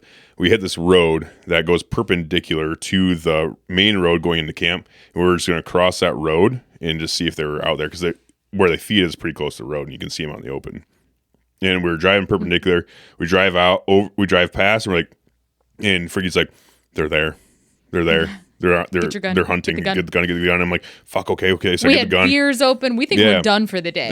We're ready to pack her in. We thought, and he's like, "He's there. I'm like, "Oh shit. Okay." So I grab the gun, get it all ready. I'm like, I don't know. I saw the group of eland, but I'm like, am I shooting them off the back of the truck, or what are we doing here? Drove past them, and then fucking get out, backed up again, No, we turned around. No, we just pulled up and we got out. Okay. So we just stopped, got out, and I'm like, okay, fuck. And then we get out and we just basically circle around the truck and we walk up to the corner. On the side, basically the corner of this road that, you know, because it's basically a 4-way intersection, right? So we were driving perpendicular to the road, get out, walk up. I don't know. What do you think? 50 yards off the truck to the corner of the road area. At least. And because we were behind all the bush and stuff. So we're from the truck to the road? Yeah, so we were using not far at all. We were using the trees to block us. Freaky goes out there, he sets up the sticks. I go around, I set the gun on the sticks, and he's like, "Do you see him?" He's like, "Right." He's telling me where there's 3? There's I think there was 3 bulls. Yeah. And there was like probably 6. He wasn't alone. There's probably 6 eland. Because there's a bunch of eland cows with him too. But I think there was 3 bulls. And he's like, "Do you see him?" And I'm like, not really right now. He's like, you can tell by his really, really dark patch on his head. And I'm like, okay. So I get on the gun. I, zoom in a little bit. And I'm scanning all the eland, looking at him like, oh shit. And one of them turned at me. I'm like, that looks really fucking dark. And you can tell by his body size too. Like this one is significantly bigger than all of the other eland in that herd. So I'm like, yeah, I see him. He's like, okay. Get on him. I'm like, all right, I'm on him. And Fricky's looking through his binos and he's like, waiting for a shot. I'm on him. There's too many cows and other eland kind of running around because by this time they know that we're there. So a lot of the cows and stuff were starting to move off into the bush and they're like, okay, we're going to get out of here. And there's a eland cow that was in front of him and he was just standing there looking at me and then he'd put his head back or forward. He started walking a little bit. And I'm like, God damn, they're going to get to the trees before I can get a shot. And then he stops one last time and looks back at us and he's just kind of looking at us. And then that eland cow, she walks off and it's just him by himself right there. And I'm like, okay, here we go. Boom. I fucking shoot. And you can hear it because this shot was maybe right around 200 yards. I think it's just over 200 yards. And you could hear it because the rifle has a suppressor on it too. So it was suppressed. I shot and you could hear it fucking schwack. And you can hear it in the video too. You can hear it in the video too. Yeah. That's amazing. So you hear the bullet smack him and I felt fucking really good about that shot. I'm like, hell yeah, that was, he's fucking smoked. I know I just felt so good about that shot. Took my time, settled in, squeezed it off. And after hearing that meat report come back, I'm like, hell yeah, I fucking smoked him. And that story, I'd like people to, when they're listening, try and guess how long went by. We went back and watched the video from the time I started the camera and we jumped off the truck to the time you squeezed the trigger. It was 37. Was it 37? Yeah, I think something like that. 37 seconds. All that happened. Yeah, it's fast. Yeah. When you're hunting and stuff, everything happens so slow. So much stuff happens and so much process or information needs to be processed in that situation. Because by the time we got off the truck, they already were kind of spooky. Yeah. So by the time we got out of the truck, moved up to where we're at, set up the shooting sticks, and I got on the rifle and it was scanning the herd. They were already moving off into the tree line. So I saw him, and when I saw him and everything else, I made it seem like it was minutes, I guess. Yeah, but it was so fucking quick. Fast. And I barely got the shot. The fucking second that because I was already settled in. I was already settled into the shooting sticks, already settled on my gun. And the second that he was by himself and nothing was behind him, nothing was in front of him, and I had a clear open shooting lane. Because there was okay, let me back up real quick. There was one other spot where this eland cow, and he would have been quartering away a little bit. There's an eland cow that was right behind his butt. And I was looking, I'm like, okay, I have a hole right there. And Fricky asked, he's like, can you make that shot? I'm like, yeah, I think so. And I was about to squeeze it off, then they moved. I'm like, fuck. And that's when it opened up. And when I took the shot, he is perfectly broadside, nothing else around him, a perfect opening shot. And when I squeezed it off and heard that fucking, I heard that 100, I think it was 180 grain bullets that we were shooting. I heard that fucking smack. I'm like, whew. Yep. There it is. It was so exceptionally quick went down. Like I knew that, and then like after we were hooting and hollering a little bit, like, yeah, we did it! Oh yeah, so fucking freaky! Oh in my the God. middle Super of that, stoked. And in the middle of all that, we heard the what? It hit the ground. Well, yeah, but it was already on the ground. But in the middle of all that, we heard the death moan. Well, because after you shot, it went behind the tree line. Mm-hmm. It went across the road, and so we couldn't see it. But I remember, and I think you can hear it in the video, all of a sudden you hear a big thud on the ground. And we're like, oh, and that's when we started walking up. Well, and then we heard So we were hooting and hollering, getting all stoked. And yeah, we were starting to walk up. And I mean, this eland was down in fucking half a second. I don't know. It was just enough time for him to get off the road. Literally just enough time for him to get off the road. That's when he fell over. Yeah. So it was cool to hear all of those aspects. You know, you hear your shot hit, and then we hear him drop, and then you hear that groan, and we walk up to him immediately afterwards. Yeah. And we're probably maybe we started walking. We were hooting and hollering, getting all excited, high-fiving, hugging, and we started walking, and we started walking up, and we were, I don't know, maybe 50 yards from where we shot, 50 to 75 yards from where we shot. Then we heard the fucking moan. And it was just like, and that was it. Done. I'm like, what was that? And he's like, he's dead. Lights out. He's dead.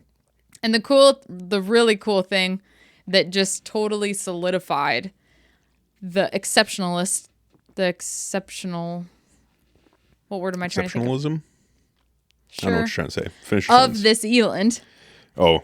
Was the exceptionalist. The most exceptional part of this eland. Yeah. Okay. So, then we're celebrating, we're touching it. What's that thing called again? The brisket part? Well, let's just back up real quick.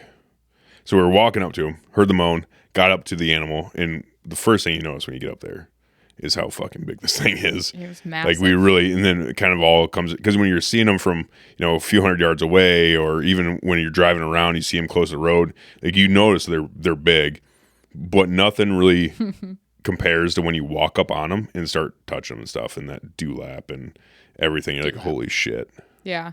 It was pretty amazing. And I remember especially sitting behind him for pictures. I was having to get myself up there so I wasn't a floating head, like my chin rested on him. Like he was just huge. But so the skinners come out to load him up, take him to the skinning shack, and they all start getting their phones out and they start taking pictures. And they're speaking Afrikaans or whatever language. Yep, Afrikaans. Not all. Well, Ben doesn't speak that. His English is better than Afrikaans. Yeah, I don't know. Whatever language it is. And I think a lot of them do speak whatever their tribal language is. I can't remember what it was. Because a lot of them are from different tribes. Shaka Zulu. So when they start, and we've seen them load up animals from our first hunt. We've seen them do all this, and we've never seen them act that way, taking pictures and really excited. We're like, wow, this really was an exceptional eland. Yeah. This is special. Everyone on that farm was like, they all knew this animal. Yeah. They all knew them. They live with these animals like this, especially the skinners and trackers. Yep. They live with these animals. When it's not hunting season and they're not skinning, they are the ground keepers. Yeah, they live on the property. They're out there. They're making sure watering holes are working. They're out there making sure that they're fed and all this other stuff. Making sure that they're taking care of these animals and putting out feed or making sure watering holes are working, making sure everything's good on the farm. And they're taking out nasty, thick brush that is invasive brush. They're taking care of the land. They're the ground keepers. So they see these animals every single day, all day long. And they all knew of this eland. Yeah. So that was pretty cool. And they knew the struggles that other hunters had with it. Yeah. And to see them go up to it and everything else and holding him up and treating it like their own as well. Yeah. That was really special. Yeah, really it cool. was. And to be able to share that with them, they're all super stoked and saying congratulations with, in their language, but you can, even though there's a language barrier, you can tell by body language and everything else how special that moment was for us and everyone. Yeah. And walking up on him and seeing him and rubbing Fricky made me rub his head and then smell it, and that was disgusting. That was probably his first good prank. Yeah, we realized the tricky Fricky. Yeah. That's what I nicknamed him. touch his head. I'm like, okay. Like, rub it. Rub it. And he's like, rub it hard. I'm like, oh. And I start rubbing it hard. I'm like, it's fucking wet. He's like, yeah. He's like, smell it. And I smelled it. I'm like, oh my God. I'm like, that's disgusting. It was rank. So I guess what they do, the older they get, the darker their forehead gets. Because what they do is they'll, almost like a deer, they'll make like a scrape. They'll pee on the ground. But then they'll take their forehead and they'll rub their forehead into their piss puddle that they just peed in, and they'll do that for years and years and years, especially during like during mating season and stuff. So he was really dark, really dark here because it was dyed essentially from his piss, and it stunk really bad. You made me smell it then, of course. It was nasty. It was gross. But yeah, then we took pictures and everything else, and we were super stoked. I'm like, fuck, I guess I gotta drink a whole bottle of Jaeger now. And you didn't that night, thankfully, but that's another day's story. Yeah. But man, it was insane. It was fun. It was awesome. And that was day 2. And looking at you, I'm like, I did make a perfect shot and fucking hit him right in the lower part of the shoulder and went through and just smoked him. Just absolutely smoked him. It was awesome. And I did ask Fricky, I'm like, because Doug, he shot an eland too, like a couple weeks before. I had to ask him, like, is it bigger than Doug's? He's like, this dwarf's Doug's. I'm like, hell yeah, that's all I really care about, honestly. So Buddy on our week, his was bigger horns. Yeah, Buddy's was bigger. Was it bigger body? No, I didn't think so. Not even by a little bit. And it was just the horns. Fricky said too. He's like, I don't want the other guys to necessarily like compare. Because there's no other eland on this property that can even compare to this eland. He's like, this eland is special. He's like, it's so big, and the mass on him. Because Buddy's, his horns were longer, yes. Mine were fucking massive. Like, they were so thick because he's so old, and he just grew such big mass on his antler, on his horns. And they weren't as long as some other ones, but that's because he's wearing them down. Like, they're worn down from years and years and years of fighting and rubbing and doing all this other stuff. So, but he's such a big bodied eland, and he had such a huge dewlap. His dewlap was so fucking big. Yeah. It was ridiculous. It was so cool. Like, it's just a very special moment. Well, we have a video of me trying to pick up his head. Yeah. Just his head. And I get down there, I'm like, oh, and I really had to get myself in position. Felt like I was deadlifting this head. Yeah. It was massive. And it's so funny because on the first trip, you ended up getting a sable, and it was a big sable, and we're like, this animal's just massive. Because it was a massive sable. Thick. And we got a shoulder mount of it, and we've got it hanging up, and people just ooh and ah about the size of it, and it's like, yeah, it's amazing. And then we're going to be getting a shoulder mount of this eland. I'm like, this thing is massive. Yeah, I just want to see if we can hear it. Well, your chair's squeaking. We'll post the video. Fucking cow. Yeah. You can. Usually, I heard it. I heard it from over here too. I don't know if it'll translate through the microphone that well, but we'll post the videos. It's just one of those things. We'll post the videos. Obviously, like Ashley keeps chanting, but okay. But I just wanted to see if you could hear that, and that was like pretty amazing. Anyways, eland is huge. Awesome. Lots of fun. And that was like incredible too, because we were. I think we both were very prepared that you may not get this eland. They really chalked it up like, people have tried. And to get that shot with the sun setting right by camp, the last shooting hour of the day. It was awesome. And like I said, we were already relaxed. We were sitting in the back of the truck, as you do in South Africa. We'd already opened beers. We were getting hungry for supper. We're ready to go. We weren't going to be doing any more stocks or anything like that. And for that opportunity to come up, it was like, wow. It was awesome. It was. So then got him loaded up. Skinners took him back to the shack, started doing their job on him. We went back to camp and started celebrating, having a good time, ate supper, did all that. And then the night was kind of going on a little bit, and Fricky got a wild hair up his ass. And it was that night, wasn't it? Yeah, and asked if we wanted to go jackal hunting, because he loves jackal hunting. And he's got a 30-06 rifle that he loves shooting jackals with, and he's got a thermal for it and everything else. So he got a wild hair up his ass. We were hearing jackals fucking just sounding off all night. He's just like, you guys want to go jackal hunting? And it was late. It was pretty late. And we're just like, yeah, that'd be great. It'd be awesome to go sometime. He's like, no, like right now. We're like, sure. Okay. Sounds good. No. So we load up in Fricky's truck with Chris. we drag Chris along with us because we're like, Chris, you got to come with because we didn't get to hang out with you very much. So you're gonna go jackal hunting with us, and we all load up in Fricky's truck, grab some supplies, and we get in his truck and we drive off. And Ashley was driving his truck. Okay, so in South Africa they drive on the wrong side of the vehicle or the opposite, right or wrong, I don't know. Wrong. And it's a manual.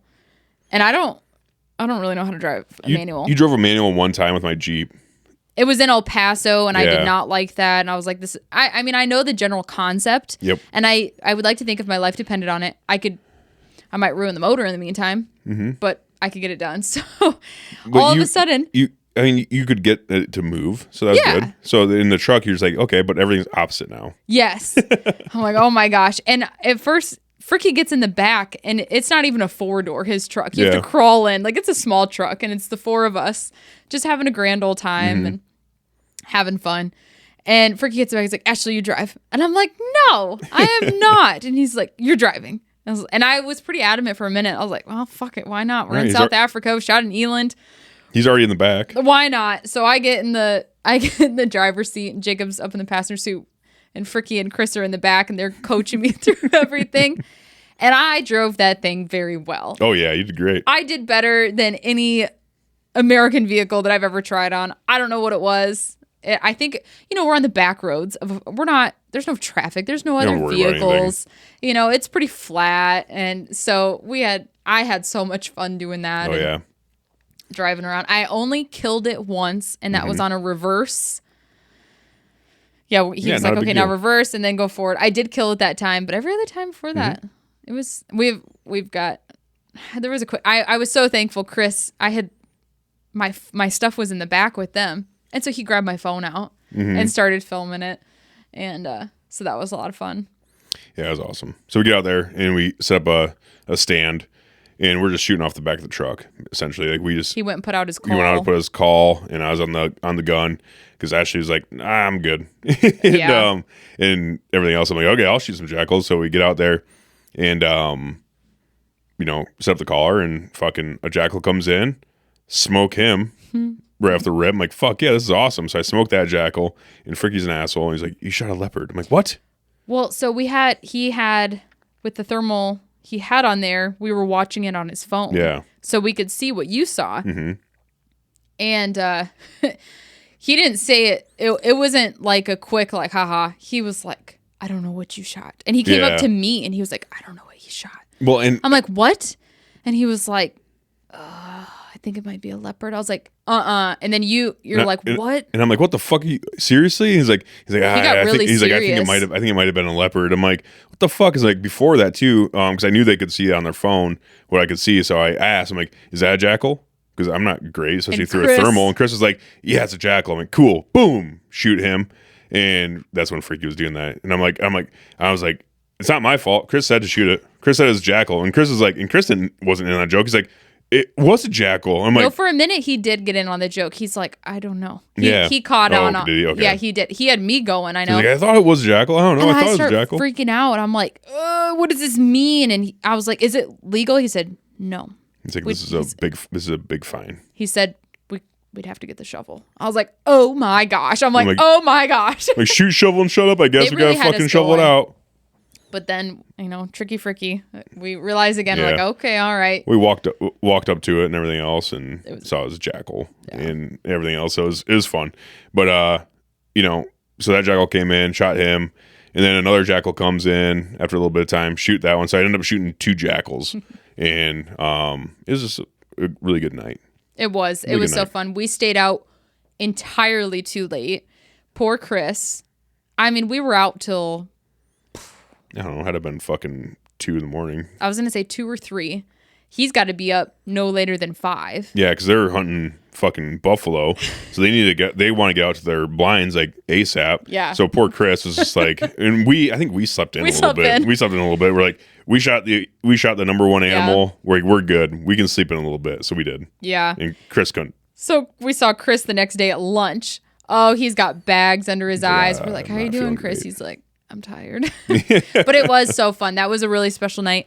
And one thing I will never, ever forget about that night is we were standing up in the back of the truck and, we're all being quiet and he's got the call out. And I just happened to look up and I have never experienced stars like that. They seemed there were so many and they seemed so close. I felt like I was in a little dome like you'd go to in a science museum. Yeah. And I was just like totally mesmerized by this. I'm like, I've never seen a night sky like this in my life. I guess it's just, where we're at geographically. But yeah, that was a really fun, special day and night. It was. Yeah. It was awesome. It was, I don't know, very special. Yeah. And Fricky is the man. And Chris, they're awesome. Like, they're just such good people. You just become such good friends with people like that. And that's one thing that I love about the hunting community, where it's like, no matter whether it's in South Africa, America, or wherever you're at, the hunting brings people together, and you just become so close, I guess, with people so fast because you have this one thing in common. That's like, it's just exciting, and sharing those emotions and sharing those moments with people like that, and you can't help but like get close with them, I guess, Yeah. So it was awesome, and so the next day. We woke up a little bit late, and we didn't have a whole lot of plans, I guess. We're just going to we're back on me because you got the eland, so I was going for impala or a wildebeest. And we ended up setting up in this blind, this like makeshift blind for first part of the day. Would have been like, I guess we got it all set up. Looks like it was like 9, almost 10 o'clock. Is that the one on the side of the road? Yeah. Okay, yep. It wasn't even a blind. It was like a camo sheet netting in front of us. Yeah. We had some camo. Oh, yeah, because Fricky took a nap. Yeah, well, you both took a nap. I slept on the ground. Yeah. In South Africa. You guys are both napping. I'm standing sentry watch. I'm like, I'm fucking good. I'm no big deal. I took a lot of naps, though, in weird places. Ground, back of the truck. Yep. When I need a nap, I need a nap. Mm-hmm. But we set up in these trees and put out some camo netting in front of us just to have a little bit of block. And that's when we saw all those giraffes. We were just surrounded by giraffes, and it was so fucking cool. It's kind of scary a little bit because we were so close to them. They were just across the road. Yeah. Across the road and up a little bit. And, giraffes are extremely... they'll come stomp you out if they... feel like they need to. If they want to, yeah. Yep. And so that was a really cool one. It's like, wow. It was cool. Because they weren't really bothered by us whatsoever. They saw us, and they saw us kind of setting up or whatever in the truck. And they just kind of did their thing, and they were so close. We saw them close. If you're in a blind, you can see them close, but not that full... Because the blind windows are smaller, and so you kind of got to like position your head a certain way to see like their full body. But just being out when you're out open there with in them, the open, holy shit, it's a different experience. They're eating, and we're just so close to them. Same thing like when you're bow hunting, I guess, and whether you're in a blind or a tree stand, and you see deer, you're like, okay, cool, hell yeah, nice. But then when you see deer on the ground, and you're eye to eye with them, it's a completely different experience. Yeah. And out here, it's no different. Where it's like seeing giraffes from the truck is one thing, seeing giraffes from a ground blind is one thing, and it's all really cool. But seeing them come in and their natural like range, I guess, and they just get so close, and you're out there in the open, you're just like, holy shit, this is like Jurassic Park. I had a lot of Jurassic Park feeling moments, no lie. We're in the truck, the safari like truck that they're in, and that yeah, I had just a lot like of just moments. like Jurassic Park. Yes, and we saw all these giraffes, and it was just the whole morning was full of giraffe. I loved that. It was awesome. And then a big herd of impala came in, and there was one shooter in there, and we were thinking about trying to get you on them and stuff, like towards the end of the time that we were there. And that's why we set up there, because Fricky knew of a big herd of impala that hang out in the area. And we're like, okay, well, we're going to wait on these impala, basically. They came in, and there's this one impala that was a shooter. and he just would not come out of the bush. I think he came out for like a split second and went back in. Like, you didn't even get on the gun, I don't think, because we were just watching, like, waiting for him to come out, and we were looking at him through the binoculars and stuff, and we're like, yeah, that's a really good Impala. He just would not come out. He's just hanging back. A bunch of the does came out, and they're doing their thing, and this ram just would not come out. And then they ended up working off, and we're just like, okay, well, time to fucking pick it up and pack it in, I guess. So we did, and then we went back for lunch and ate lunch, came back out, and I can't remember. I don't think I'm not gonna lie, I'm lost on the timeline now.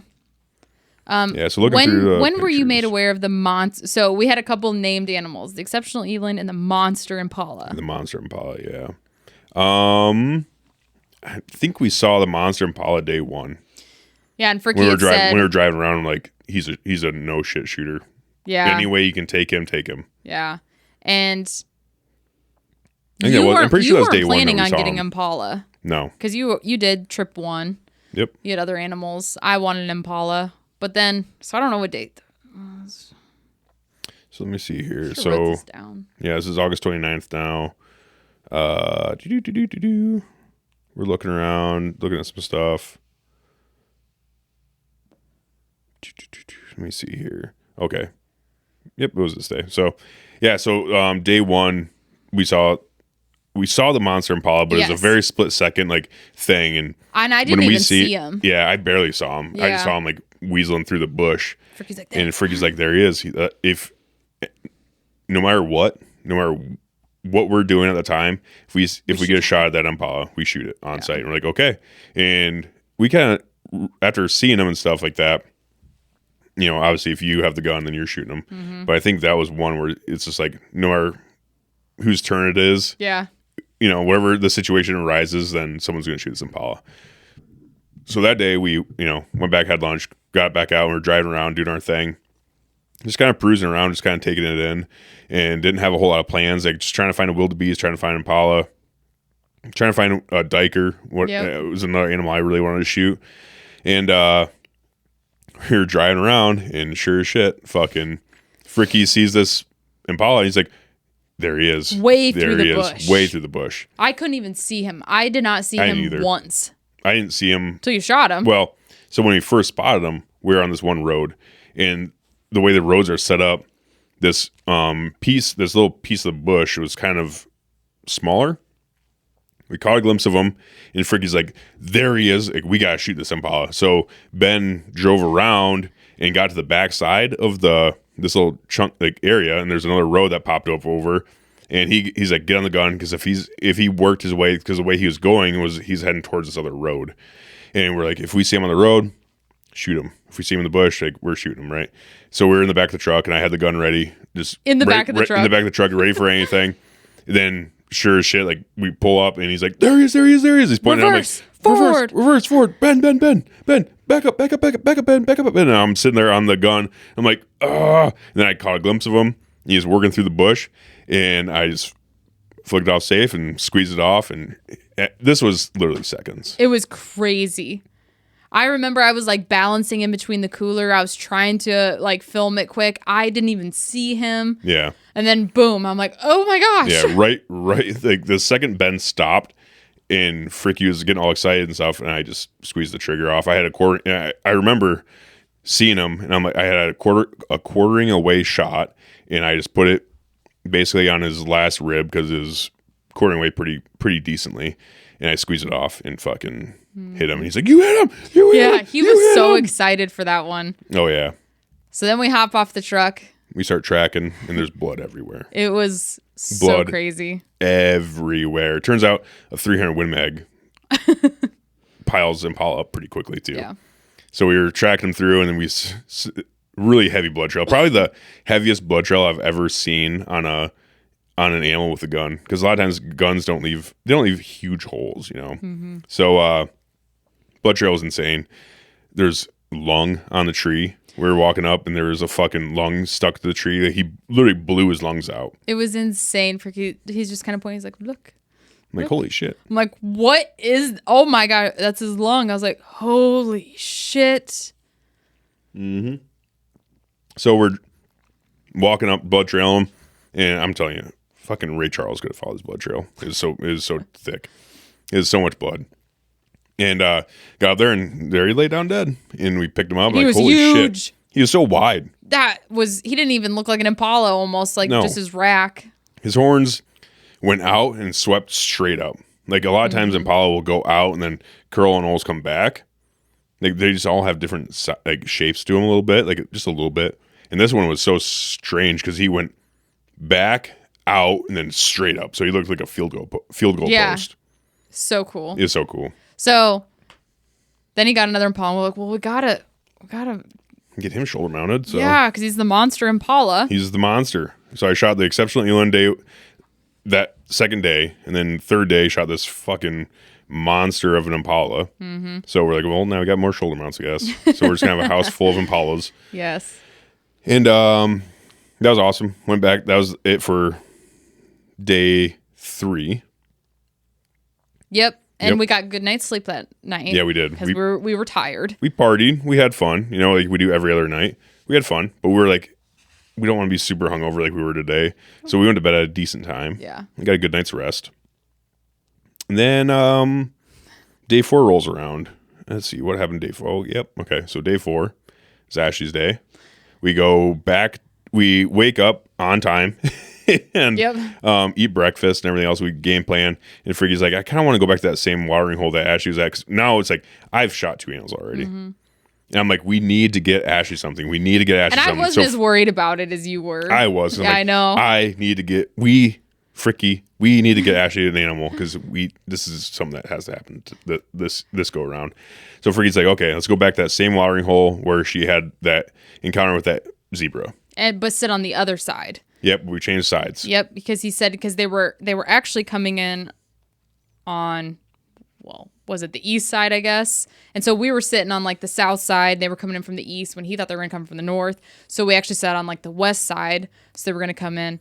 Because essentially at that watering hole, we had 3 shooter animals. We had that zebra that might come back. Mm-hmm. We had that warthog that might come back. Giant warthog. That giant warthog might come back. We had, a shit ton of impala there, but we didn't really pay attention to impala that day just because we were so focused on that zebra. So we didn't really know what was there for impala, but we knew there was a lot of impala in that area that like that watering hole. Yeah. So we went back. So yeah, we set up on the ground. We get all snuggled in and everything. And that was the day too where we even said,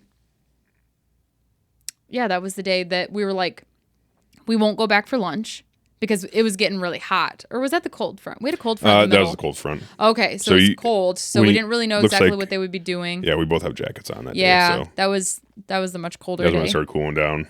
And that, because we had crazy temps up and down because, we were last week into the first week, August, September. Mm-hmm. So anyways, we set up on the ground and everything. And we had even planned, we're like, we won't go back for lunch because where we go, they're so wonderful. And they'll pack up lunch, lasagna, whatever it is, and bring it out to you. And that way you don't have to, if you don't know exactly what the animals are going to be doing, if you don't have that extreme heat in the afternoon, it's like you might want to stay out there. Yeah, because either way, no matter what, they want to go get water, no matter what. So, but they just might come late. So we were fully vested. We had our snacks and everything else, and we were like, okay, we're gonna stay out here until Ashley shoots something, and we're just gonna get lunch brought in. Was our game plan. What's that jerky? Biltong. And every day they pack you a cooler of drinks and snacks, and it's the best snacks ever. We had a lot of biltong. Little fucking African Cheetos were awesome. Yeah. Biltong. So this is really cool because, I don't know, I guess it's a redemption story. So I'm focused on, I'm kind of set up and focused where all the animals were pretty much coming in before that we didn't really expect. And so, we're watching, and nothing had came in. I don't think a single animal, maybe a small warthog came in, but it wasn't a shooter. I think maybe, yeah. And I think he even told me, he's like, you could, but then we're done here. And so I think it was something like that, but nothing like that first day. No. Animals were not coming in. There was no animals. Like there was like maybe that borderline warthog, but it wasn't anything like it. And I remember I was getting a little like, man. And so the way we're sitting, I'm sitting, got the cooler and the gun and everything all set up.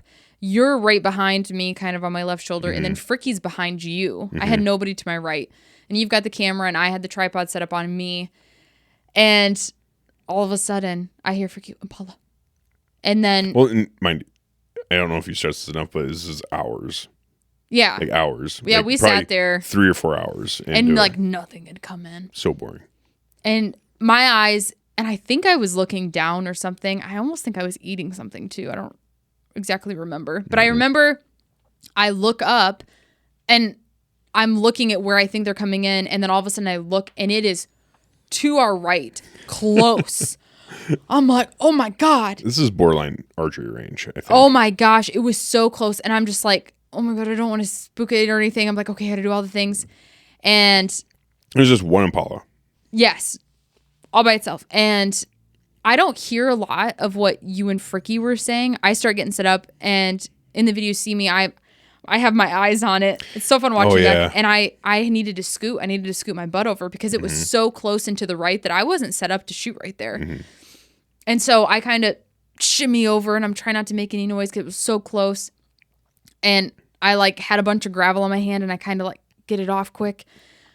And I didn't know a whole lot. All I heard, I asked you, because when I was watching it back, I was like, I can't remember exactly what I said. I was like, is it a shooter? And I hear you both go, shoot it. And then I hear Fricky say something like, you must shoot it. And I didn't really understand why. So I'm focused in. But all you could see was the Impala. I don't look at the rack. I don't look at anything. I'm so like, I'm going to shoot this, and it's going to be a great shot. Yeah. And I'm going to have redemption. Yeah, you don't want to get buck fever and look at its antler or its horns or anything. And I remember you saying that. So I didn't, and that's important. Yeah. I didn't look at its rack or anything. And it's perfect. It is broadside. I have drinking water. Yes, I have time. And I actually didn't take as long as I thought I would either, watching it back. But I feel so good. And I take it off safety. And you had the fucking scope zoomed all the way out. Yeah, I didn't have it at all. I was like, fuck that thing. At all. I don't want it. You don't even touch it. No. I actually did. Because I had it set up where it was basically across that watering hole. So it was going to be a much farther shot. So you had to back it off. off. I think I had it on like 3 or something. So yeah, so you see me in the video, I quick take it off. And I get into it and pull the trigger. And I'm like, my eyes get so big. And all of a sudden I was just like, oh my gosh. You're pull the trigger. You're like, shoot it again. And all of a sudden I fumble fuck and I like come back to it. I was like, oh fuck. So I, get the bolt to the rear and I don't even have the bolt back. And I go, and you're like, it's down. And we watched it drop. And I was just like, oh my, and it didn't even run. It just like, I shot it. It turned around. It took a few steps and it dropped. And I was just like, oh my gosh. And then I experienced this full buck fever, just like, oh my gosh, just moment. Adrenaline dump. Oh my gosh, I couldn't believe it. I'm like giggling, and then all of a sudden I feel a couple tears, but I wasn't like crying. It was just like, oh my, and you were so excited, and Fricky was so excited. It was just like this big moment, and I couldn't believe, I was like, I did it. I fucking shot it. I got to watch it drop. It was a good shot. Like, I was so excited. The whole experience, really. Oh, it was the whole thing. It was pretty amazing. You had we had the calm.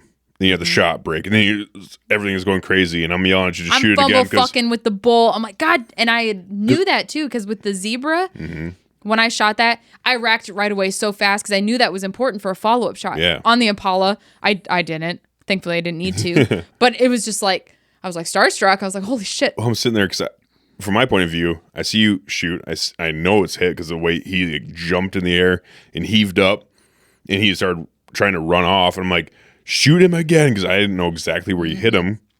So I just wanted to make sure that you were on him again, just in case you had to. But he's still on his feet, so I'm like, shoot him again. And I say it all the time. Like, I'm a huge advocate of like, if it's still on his feet, and you hit this animal, shoot it again until it's not on its feet anymore. Yeah. And then he just fell over. I'm like, oh my God. So then, we celebrate on the ground for probably like a minute. I compose myself. I'm like, oh my gosh, and so we kind of get out of our little nesting hole, and you said something to Fricky about first animal, and Fricky goes, yeah, her first animal in Africa.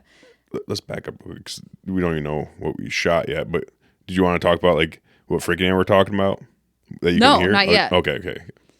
So you tell him, no, it's her first animal ever. And like, I thought we made that clear to Fricky, but he was under the impression that it was my first animal here because we'd already been there once. And he was just like, oh, and it just changed things for him a bit. So then we start walking up to this Impala, and mind you, I did not look at its rack. I was so focused on where I was going to shoot this thing, and it was going to be a good shot. And then I remember thinking in my head, I'm like, we're walking up, I'm like, something's wrong with its rack. And then I realize, and I don't know that you guys know, I'm like, this fucker only has one horn. And so then it's explained to me that, yeah, he only had the one. And Fricky's like, you must shoot him because he's such a danger with the one. Well, he's not that he's a danger, but he's a management Impala. Well, he said when they fight and with just the one, he was talking about with other animals. Essentially what Fricky was saying was that with one-horned Impalas or one-horned animals in general, they generally break their horns off from fighting each other. And this one is basically an asshole. He's a bully. Yeah, now he's just got the one that he's going to be stabbing with instead of... He's a danger to other animals because he's obviously very aggressive. And we noticed that in his face and stuff when we got up on him. But he's very aggressive. And with only one horn, yeah, Fricky's like saying like he could really hurt other Impala, and that's not what we want. So we're walking up to it, and I realized, like, at first I'm like, do they know he's only got one? I was a little confused because it's not at all what I was expecting. And mind you, I wasn't looking at his rack. He was broadside, like he came up. I don't know. I just didn't realize it. And so we get up there, and I'm looking at him, and I'm just like still like euphoric. I'm like, I can't believe this just happened. And then we start looking at his face and his ears, and he is just all scarred up. Chunk of his ear gone. He's got the one horn. He was so cool to look at. He's very cool. He had scars all over his face. Oh yeah. He had a huge chunk of his ear slid out. Very, very, very cool Impala. Lots of character on him. Yeah. He's very old too. That's another thing. Like everything else, like they won't let you shoot anything that's young. Right. This one was very old, very aggressive, definitely a dominant, mean Impala, and you did him a favor, honestly. So, we're celebrating, I give Fricky a big hug, and it's a special moment for me. And then, I think it was special. I don't know if he gets a whole lot of hunters that it's their first animal of their life. Yeah. And so I doubt it. Yeah. Usually people that go to Africa are fairly well seasoned, and they're doing this as like in their later years. So, and mind you, I had taken Fricky for a little bit of a ride, so we didn't touch base on a lot of it, but we did do a couple wildebeest stalks, and I got very trigger shy after that zebra because I really didn't want a wounded animal. And Fricky got me a couple really good shots on wildebeest, and I didn't take them. And I mean, stalking through, Fricky's down on his one knee, and I'm posting up on his shoulder. Like, he got me some really good shots that I didn't take. That was the Eland day. Yeah. And I was feeling a little bit guilty about it too, because I'm like, he's getting me on these animals. It's me. He's doing his job here. So in that moment, I felt like I did it, and he, And Fricky's so nice all the time. He's like, it's okay. Okay. He's like, it's okay. I would have been so pissed off at me. I'm not gonna lie. After that wildebeest day, I'm just like, we were staring at that wildebeest for so long. I'm just like, it was such a good shot. Why the fuck didn't you shoot him, Ashley? And it's like, I just didn't feel comfortable. I'm like, okay, that's good. It's good not to take those shots. But I'm like, fuck. Like, that was a good shot. Like, damn it. Like, wow, damn, that sucks. But yeah, you're a little trigger shy. And then to have this Impala come in and do, he's by himself. No other animals to worry about. It was literally picture perfect. Nothing else on the water. He came in by himself, drinking water, not worried whatsoever. Gave you plenty of time to get set up on him and make a great shot and get some confidence back. Yeah. And I did. I had lost a lot of confidence with that zebra, and I just didn't want to fuck anything up. And then having those stalks that I didn't take the shot on made me feel even worse, because I'm like, man, I should have taken that opportunity. I should have, not been so shy about it. So anyways, we're past all that. So it was a great moment. Great moment. And then Fricky, he tells me, he's like, this is your first animal ever. I was like, yeah, it is. And so he's like, okay. And I could tell he's got a smirk on his face and everything. And I tell he gets out his pocket knife. And he tells me to take off my hat. And I'm like, my hat? And I had terrible hat hair. And so I'm like giving him a little bit of a hard time about that. And so then I kind of had an idea of what was going on, but when he said take off your hat, I was a little confused. So he cuts the heart out, and I was also kind of confused too, because I'm like, he didn't tell me what he's doing. I'm like, usually we don't gut them. Usually we just give them the skinners and they do everything. Yeah. And so I don't take off my hat entirely. I pick it up, and it was just this very special, unexpected thing. And he takes the blood of the heart and he puts it. It was very like Mufasa moment or Simba moment. Yeah. He like takes it and it's on my forehead and he puts it on both my cheeks and, says a little something about, hunters blooding you in. Yeah. There's a big long he didn't have like a thing big on it. long spiel or anything, but it was said.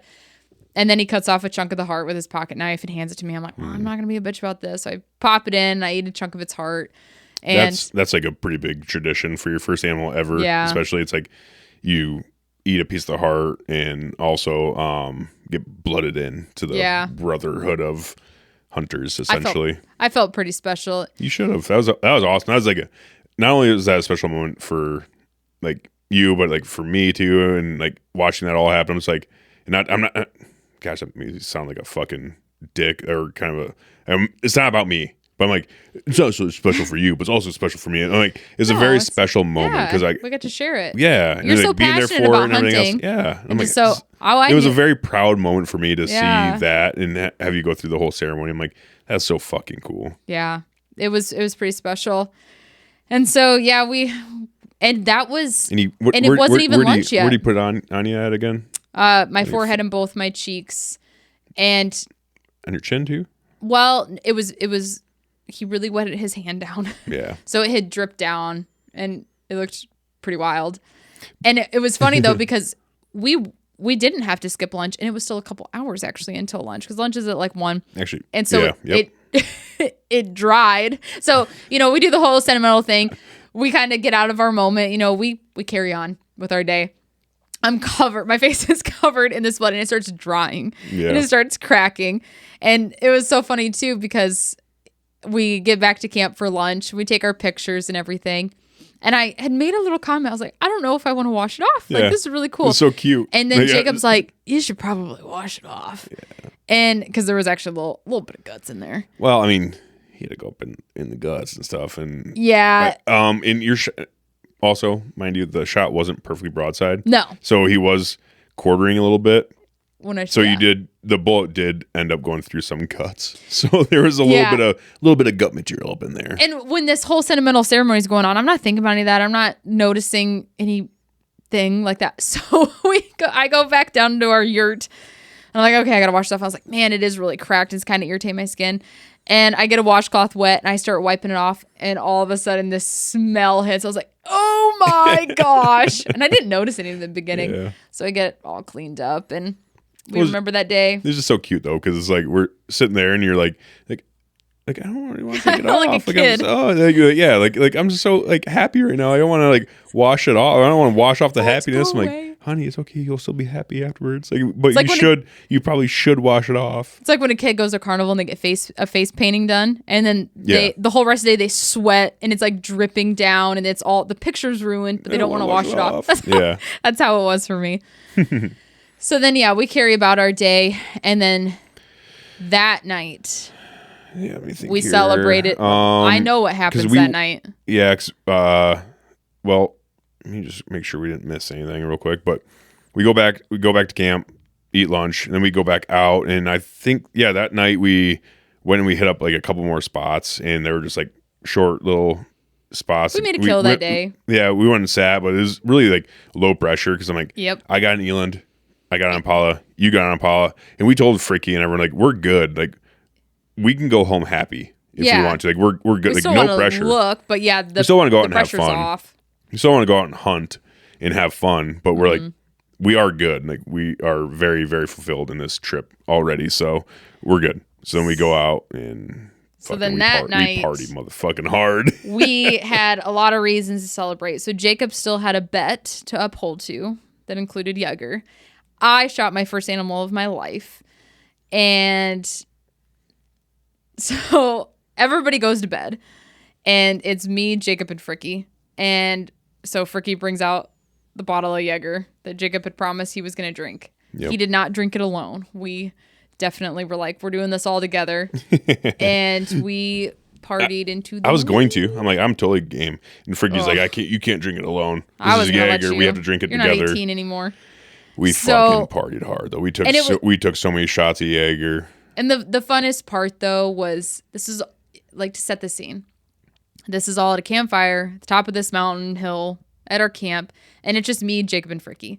And everyone else went to bed. Yes. Chris is like, I don't want to party with these guys anymore because I gotta like focus on getting these guys a Cape Buffalo that they want. He had to be on his game. So we're like, yeah, no problem. Go away, guys. So that whole night was just stories and the campfire and Jaeger. And so we go to bed in the wee hours, and we had said we're going to sleep in a bit.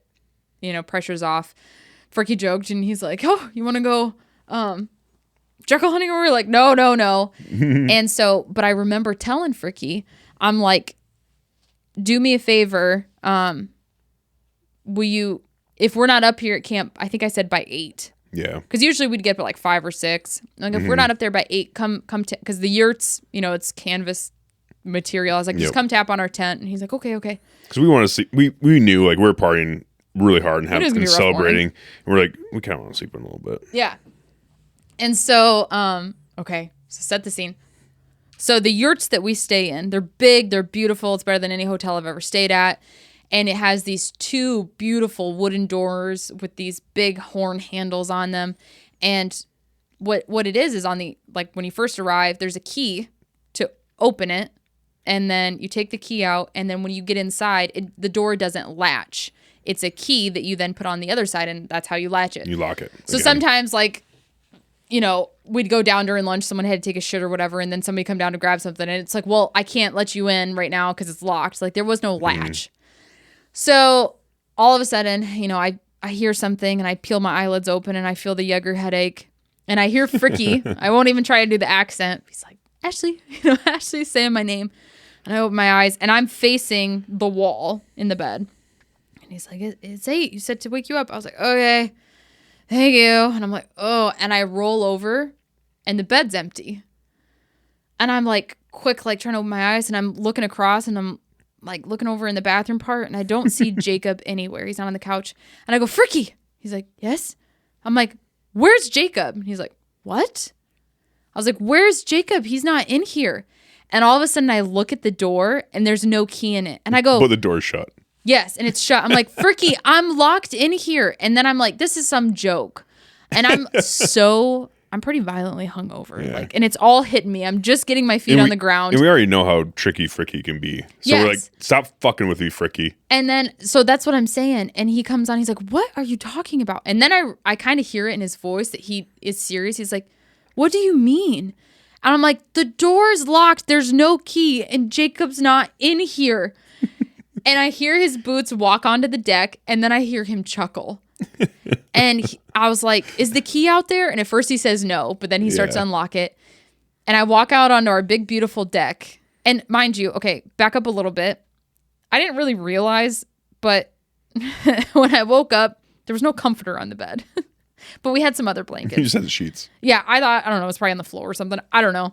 And so he unlocks the door and I did have my phone in my hand because when I couldn't find you, my first thought is to call you, but we're in Africa and our phones half the time don't even work. And so I walk out on the deck and I have my phone, I start recording, and he just points at this big, giant comforter blob on the deck. And I look at Fricky, my eyes are like watering. And he's just laughing. I was like, what? And I go over and I realize it's Jacob. And not an inch of his skin is showing. But I can tell it's him under this blob of comforter. And mind you, it's the morning. It's cold. It's like 40 degrees, maybe. And I start kicking this blob. I'm like, Jacob, still kind of thinking you guys are pulling a prank. And all of a sudden, in a panic, the top of the comforter goes down and here's Jacob. He puts his head up. He has no shirt on.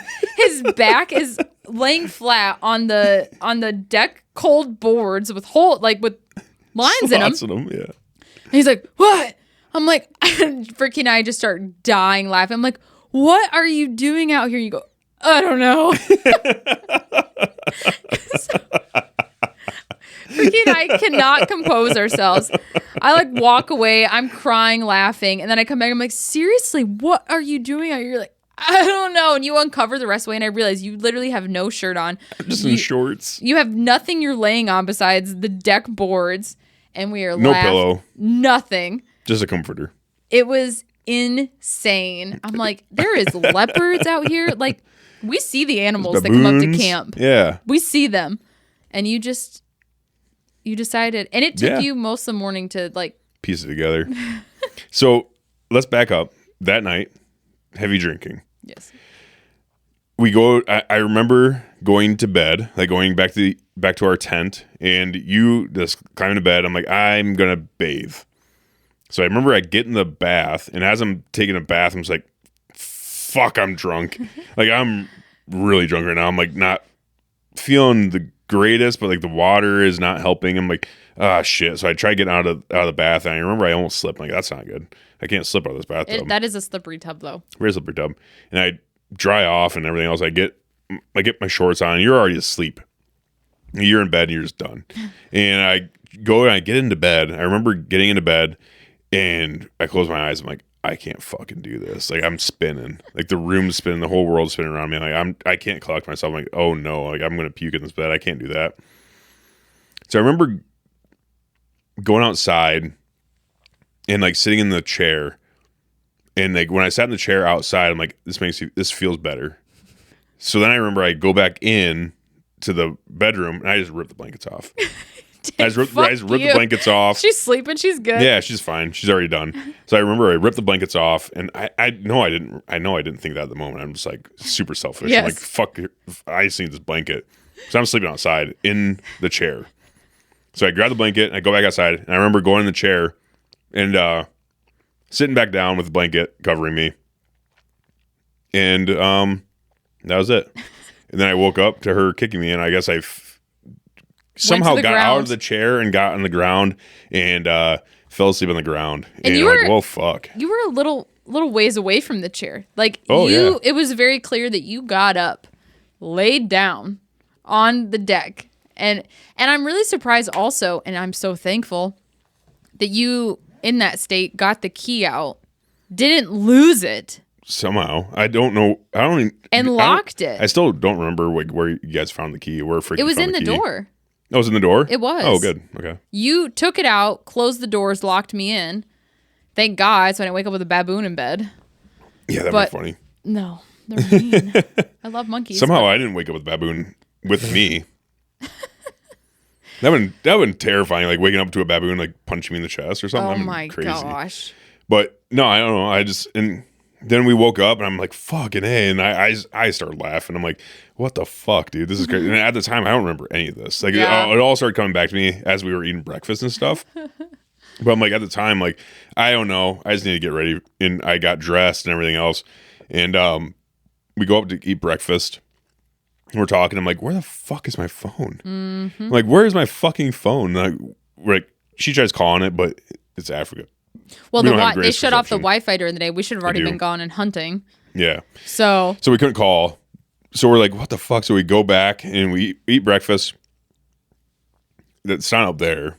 And we go back to the tent. Campfire. We're at the campfire. We're looking all around. I can't find my phone. I'm like, oh my God. Seriously, we can't find my phone. We're looking everywhere. And then Fricky goes underneath the deck area. I guess it's all rocks too. It's like rocks, a drop off. And I guess he finds my phone. Somehow those African guys, they can find skills. Shit. And he finds my phone down in this rock area, rocky cliff area. He's like, found it, and then he brings it back up and brings it back up to me. I'm just laughing, like, how the fuck did it get down there? It didn't break. It didn't break. I somehow dropped. And this is probably what, a 7-8 foot drop? Oh, at least from the deck. Yeah. So I'm like, how did I not break? That's crazy. Very lucky. Very fortunate. We found my phone. And a great story. It didn't break. It was funny as shit. So then we go out and we start hunting. We're just driving around. We're all very, very hungover. Not feeling great. I don't even think we made a stand. I think we just drove around that day. So I'm falling asleep in the little chair in the back of the truck, and we end up stopping at a blind. And I'm like, what are we doing here? Are we blind sitting? And Fricky gets out of the truck. and he goes down to the blind, and all of a sudden he starts pulling out cushions. Oh, yeah. And I'm like, what is he doing? And he doesn't say a word, brings him up, and he's like, here, make a bed in the back of the truck. I was like, oh my sweet. gosh, yes. So I make a makeshift bed in the back of this truck, and I sleep for minimum an hour while we drive around. Oh, for sure. Bumpy roads. I was out. And I'm not gonna lie, I was still pretty feeling it, like the majority of that, like a lot of that day. Where I'm like, I'm still not like completely sober. Like I didn't feel bad until like after lunch. Then I'm like, oh, now I'm hungover. Fuck. Now I start getting tired. We didn't kill anything that day either. No, we did. So we were driving around. We just drove around. Ashley slept. Freaky, I think he even slept a little bit in that chair. And we were just driving around, kind of just looking at things and just being, just having fun, taking it all. And we're all very, very, very fulfilled already. And then I'm looking back at the pictures, and towards the end of the day is right around 4:00. We're driving around, doing our thing. We're just kind of like, okay, we're good, not killing anything today. Somehow, throughout all of this, Fricky looks out. He's like, Diker. I'm like, what? He's like, there's a Diker right over there. I'm like, holy shit. So once again, we drive past, back up. I'm grabbing the gun. I'm like, are we going to get out and hunt this Diker? Like, these are tiny. It's a part of the tiny 10. They're tiny little animals. Yeah. And to find them during the daytime is very rare because they're usually very nocturnal. And Fricky's looking through his binoculars. He's like, oh, that's a nice ram. That's a really, really nice ram. And I'm like, seriously, where is this fucking thing? He's like, it's right there. So we stop the truck. I get on the gun because once I can't ask him, like, are we going to get out? He's like, no, we're just going to spook it and then we'll never find him. Like, you just shoot it. I'm like, okay. So I put the gun on the truck again, and I'm looking. I'm like, where is he? He's like, he's right there. You can see he's facing away from us, but he has his head turned, looking back at us. So I'm looking through the scope, and I'm like, looking, and all of a sudden I see his face. I'm like, oh shit, there he is. I'm like, okay. So I get on him, and they're so small, and all I can see is his head, his face. I don't even see his body, and the face is small. And I'm like, he's like, shoot him. I'm like, I can only see his face. I'm like, should I shoot him in the face? He's like, no. I'm like, okay. I'm like, because I'm shooting a 300 Win Mag. Yeah. I'm like, okay. I'm like, where's his body? He's like, he's facing away from us. So his butt is facing us and his face is facing us. And he's like, just aim off to the right a little bit.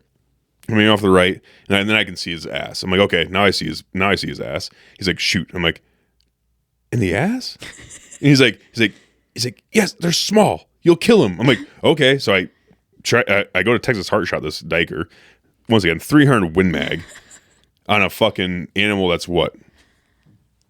20 pounds? Yeah. So I'm like, okay. So I squeeze the trigger, and he's like, you got him. I'm like, are you serious? I'm like, holy shit. And the shot felt really good and everything else, but I'm like, it's such a small target through some through some branches and shit. And I could barely make out his ass. And I hit him right in the top of the hips, I guess. And we run out there. He's still alive somehow because I hit him right in the top of his ass. And so I hit him in the spine. He's still up. So I put another one through his chest.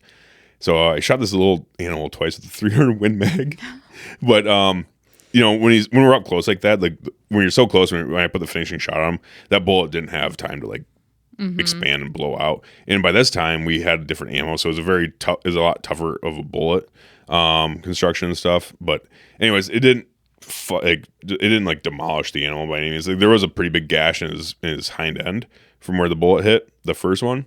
The second one was just a hole right through, and he's done. It's such a small animal, such a 30 caliber going fucking 2,800 feet per second or faster or something like that. So it was amazing. It was wild. Again, I never saw it, and this was a redemption for you too because you shot at a Diker with your bow. Yep. The first Africa trip and missed. So very cool. Yeah, very cool. And then Fricky was saying, I'm like, this is a big one. He's like, yeah, this is a very big Diker. Didn't it rate like gold? Yeah. Yeah. So he's like, usually we like to shoot them when they're so if you hold your hand out, like palm facing you or whatever, and your fingers together. He's like, if you count, if their horns are longer or as long or longer than your four fingers, he's like, that's a good ram. And this one was probably 6 fingers tall. So he's a really nice ram. Yeah. We're going to full body mount him. Yep, getting him full body mounted. So I was like, I want to shoot a diker. Like that's another one on the list that would be really cool to see and shoot. And Fricky was like, kind of like, well, if you really want a diker, we'll probably have to hunt them at night with thermals because they're so hard to hunt during the day. And even that first time, like that diker that I shot at with Chris, the first time around with Bo, it was pert near dark. Yeah, it was very late. Very, very late. And this guy was out there, plenty of daylight left, and he was just in the thick shit. Yep. And he just was sitting a little bit too close to the road. And, honestly, like, being from America, shooting from the back of the truck is kind of like frowned upon in America, but in Africa, it's a completely different story where it's like I shot two animals. I shot 2 animals from the truck, and they were very challenging shots. Yeah. And you had to make them quick. And, especially on the diker being so small, it was a challenging shot. And it was a lot of fun making the shot and being like, holy shit, like this is him and the Impala. It's pretty wild. Both animals, I'm like, I don't even know where they're at. I can't see them. So yeah. So another animal down. Another animal down. So far, we we didn't kill on the first day, but we've killed every single day since. Yeah. And we're just like, holy shit, we're both on cloud 9. Yep. We're like, okay, we are legitimately done. Like, the only thing that's gonna get us to be not done is if we find a wildebeest for Ashley to shoot. Yep. So now going into was this day 1, nothing, 2 eland, 3 was Impala, my Impala. Day 4 was your Impala. Day 5 was the diker. Now we're on day 6. Before we start on day 6, you have to go use the bathroom again.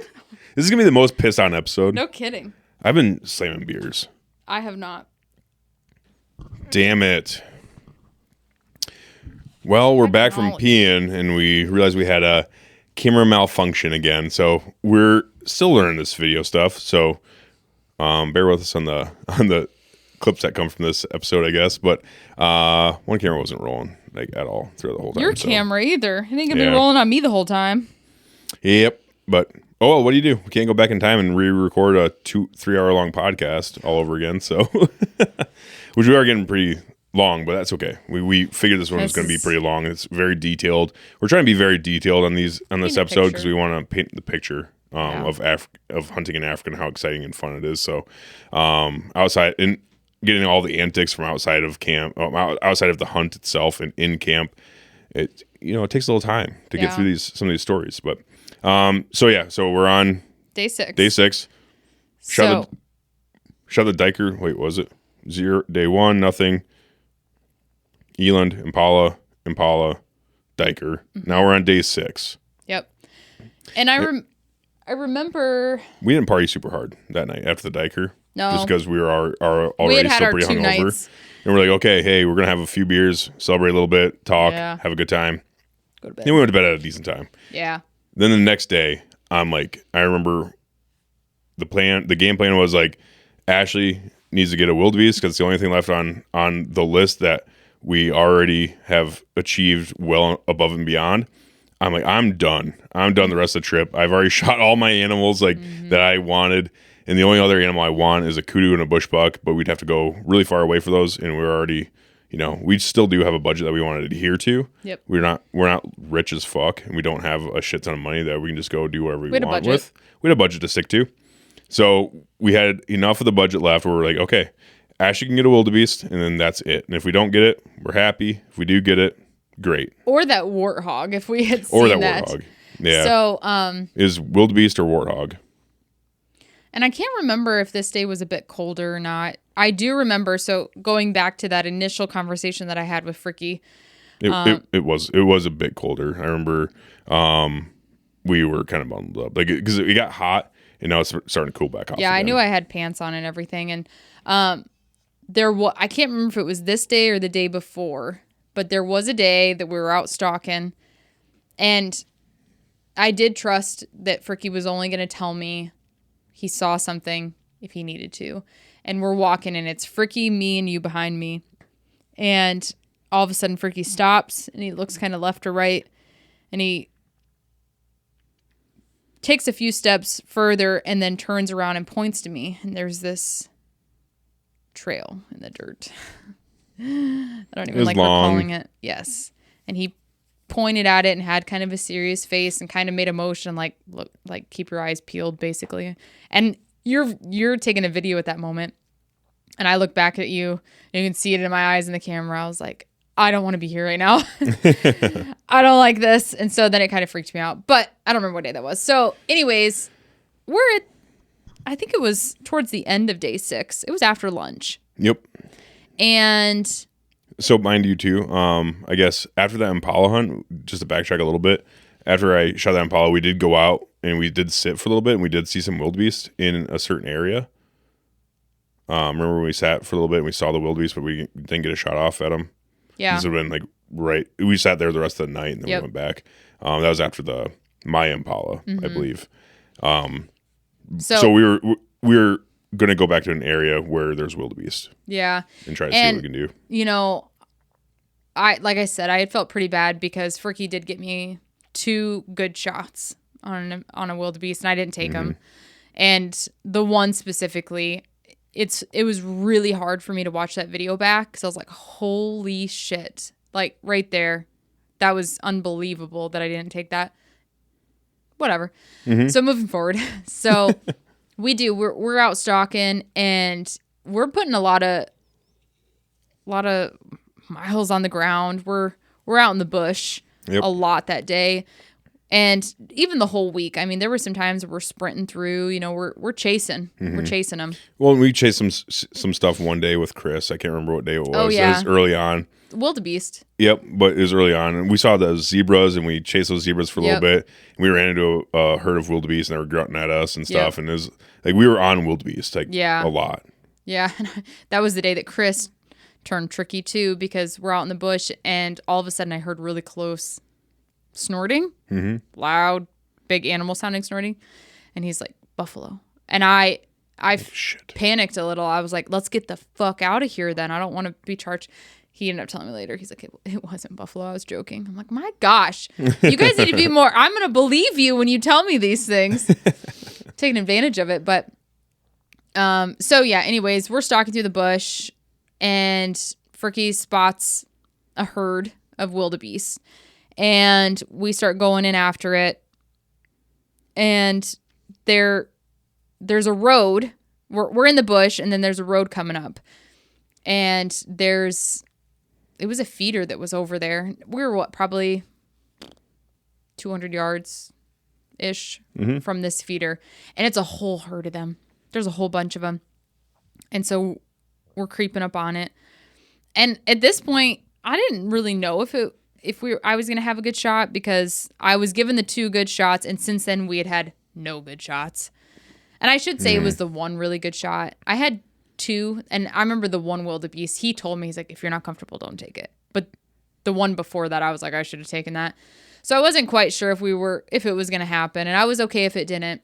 And so then Fricky's got the sticks and him and I start walking up and you stay back a little ways, but you're filming it. Because we're kind of going out to this open area where we can see them. And this was crazy because there were so many of them and there was one shooter. There was just the one. And so they're really packed into this area at this feeder. And he's trying to explain to me which one it is. And he's like, okay, hang on. He said, okay. And it was like, he's in the middle. He just took a step forward. Okay. Now he put his head up and I'm like, there's like 10 of them putting their heads up. I'm like, where, which one? And I'm trying my best. I'm like, oh my, and he's doing such a good job. And a little while, you know, maybe a minute later, he's like, there, he's walking. He just put his head in the trough. And I was like, oh, I see him. I'm on him.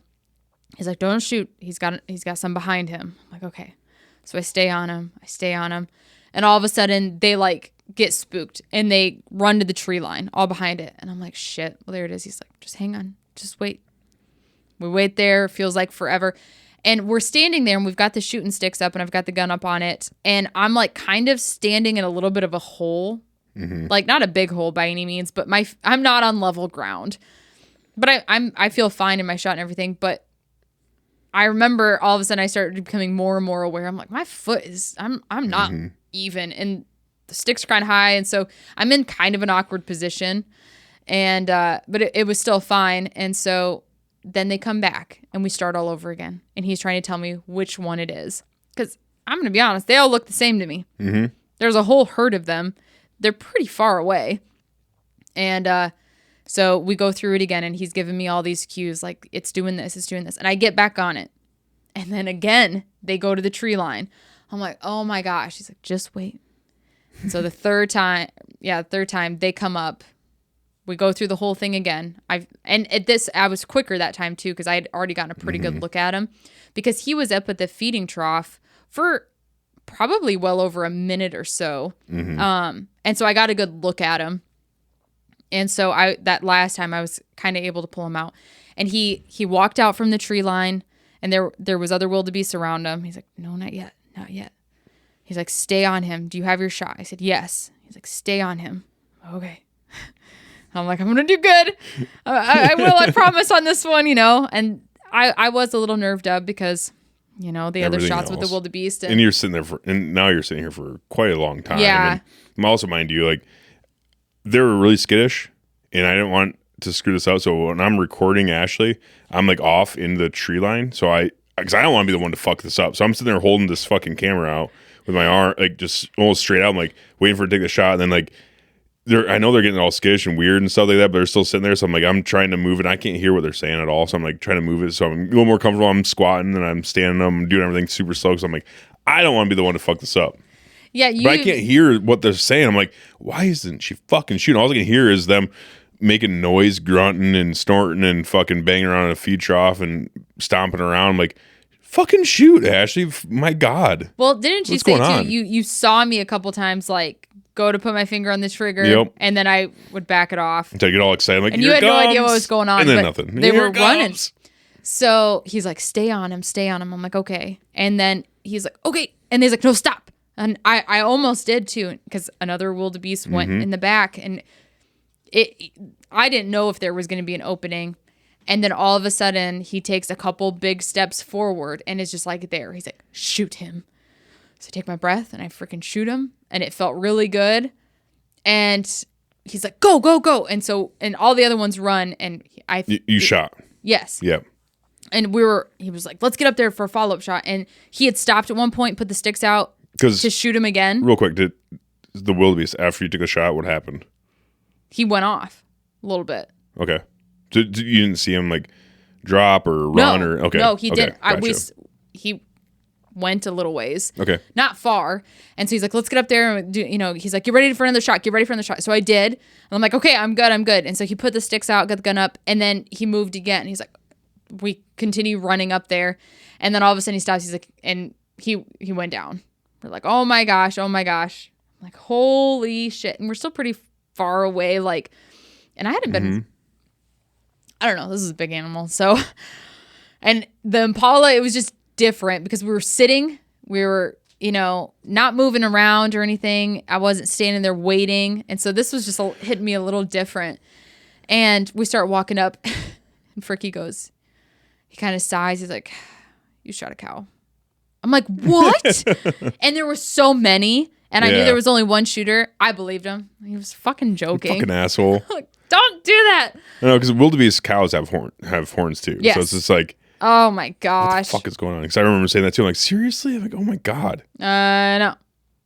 So but then he's tricky Fricky. And so then we get up there and I'm just like, oh my gosh, this thing is massive. Yeah. I was just like, wow. And he didn't run far. We didn't have to do a follow-up shot. I was like, hell yeah. And then we get up there and I'm looking at him and Fricky goes, you shot him in the fucking head. I'm like, no, I didn't. I'm like, just like it was a cow. And he looks at me and he picks up and I was like, oh shit. Like, then I'm like, what?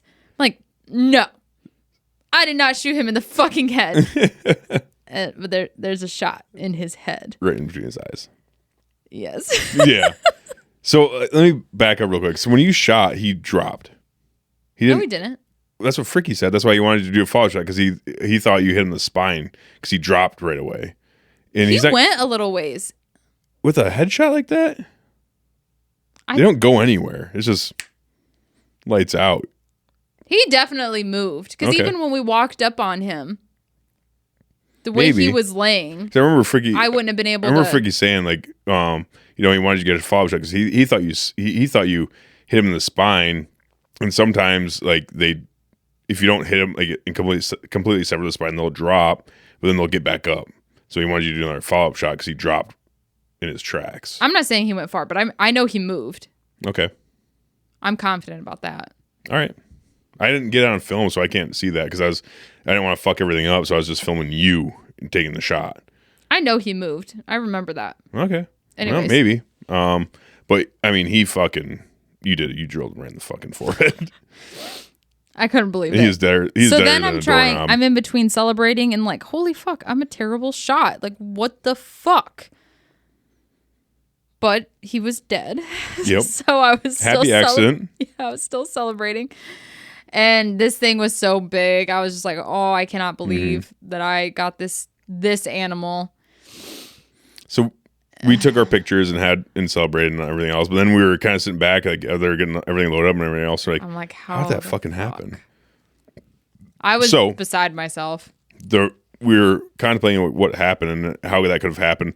We went back and watched the film just because we wanted to analyze it and see how you hit that far off from where you're aiming.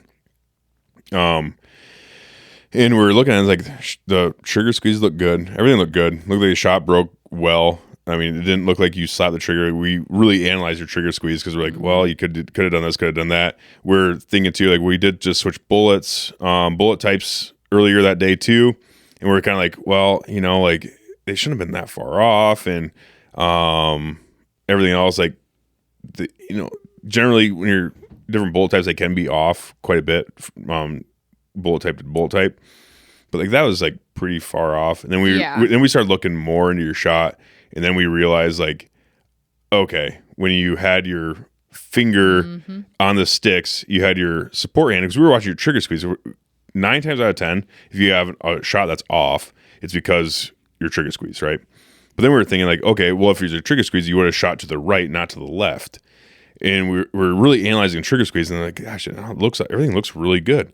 And then we kind of panned out and watched it again and realized that you had your support hand up on the barrel and is on the sticks, and you were gripping it really hard. And with rifles, it's a free floating barrel, so it's just a barrel coming out of the action, and it's free floating, right? So if you take the stock and the barrel and pinch them together, you can actually move the barrel and pinch it too hard. And if you have your finger wrapped around like a C grip, like you do like on an AR, you can do that because it has a full shroud around the barrel, and it's a free floating barrel in that as well. But it's you have a shroud around it, so you can C grip that thing all day long, which you usually do when you're shooting barricades with an AR. But with a rifle, a fucking regular rifle, that's not the case. So you had that thing gripped down, and you were pinching it really hard. So you're literally pulling the barrel to the left when you shot, and that's why you hit him in the head. So thankfully we didn't just take it as being like, well, he's dead, fuck it. There's still a learning experience with that. So when you're shooting a rifle and you have, just realize what it is. It's a free floating barrel on a stock, and if you pinch the barrel too much, you can manipulate the barrel, so your shot will be off significantly if you're gripping the fuck out of that barrel and getting excited. And you wanted a nice stable shot. I totally understand why you did it.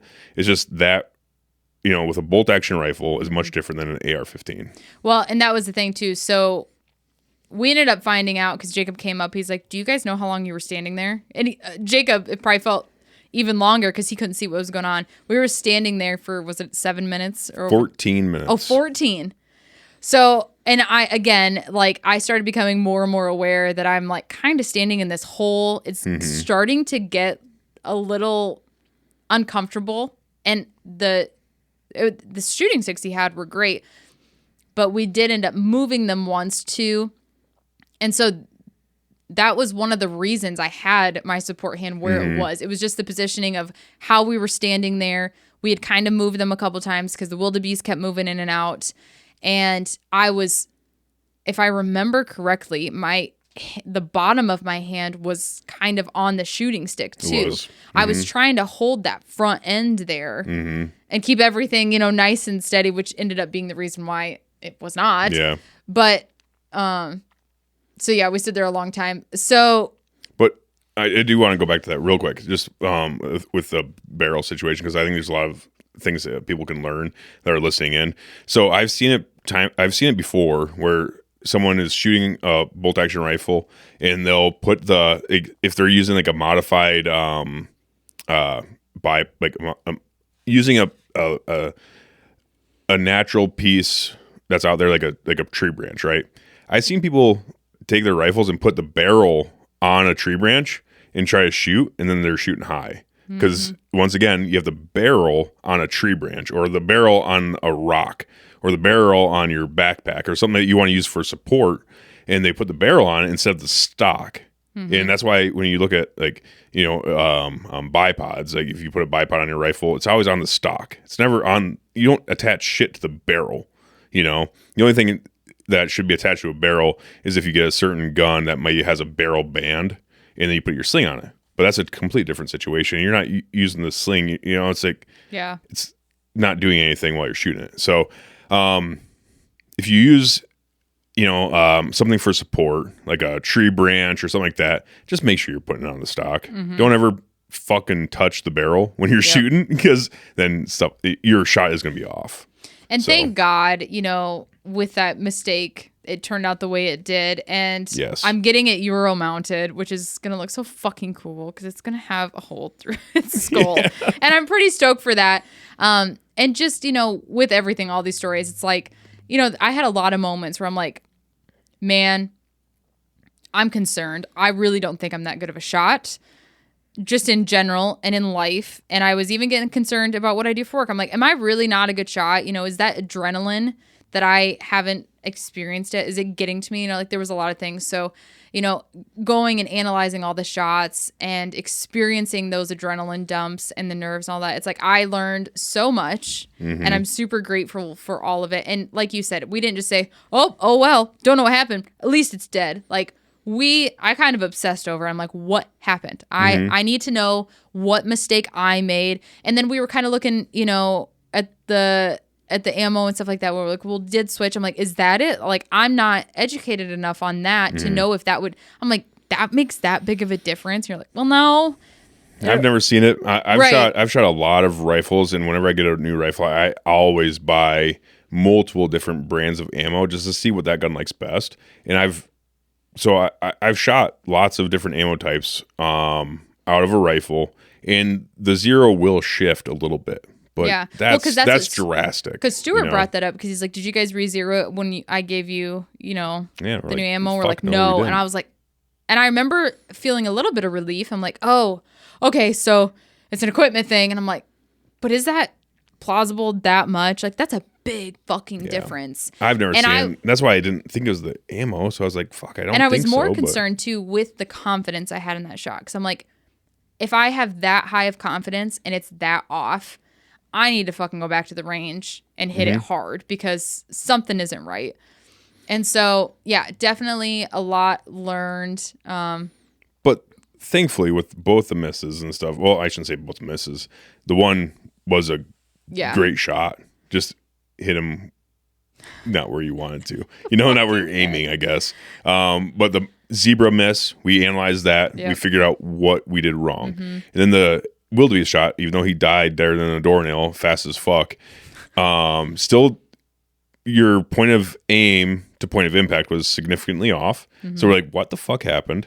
And thankfully we did get anal about it and analyze things and look at things. So now there's a lot of really good learning lessons. That's why I'm, especially with with your job being in law enforcement now, it's like, I think everyone should hunt. Yeah, everyone should become a hunter to get over the certain nervous situations, because the only to challenge yourself and put yourself in positions that aren't perfect. Like that shot wasn't perfect the whole time. You're sitting there, staying there for 14 fucking minutes, and up and down, up and down, up and down, and all this stuff, and you had to deal with a lot of adversity to make that shot. And we realized, you need to put yourself in those positions in order to become a better shooter, in my opinion. Better shooter and better hunter.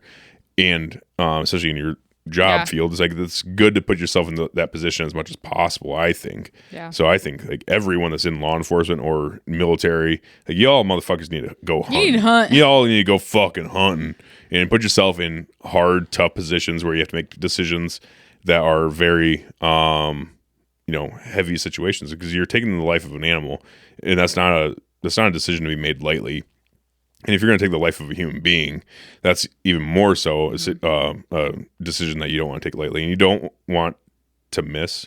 If you shoot something, you want to fucking kill it. Mm-hmm. So whether it's a human being or an animal, it's like those are big decisions. So if you can get out there and get some hunting in, and essentially treat it as like live practice, if you want to put it that way. Yeah. Like you need to that's a good idea, I think. Because we learned a lot. I truly, truly did.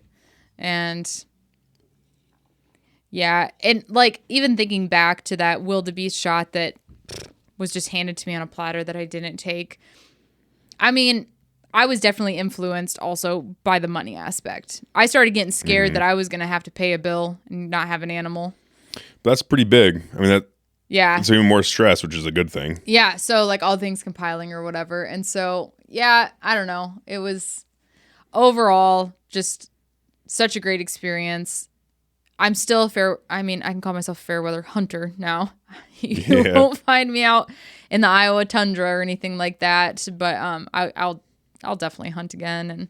And like there was I never had a good reason why I hadn't hunted before this, except cold and or time. Like I'm like, I don't want to go spend all day out. That's the thing in Africa. Or someone to take you out and teach you. Guaranteed animals. Yeah, right. You know, I'm not committing to going out one day and like a very small possibility with a lot of work. Like this was my cup of tea. Yeah.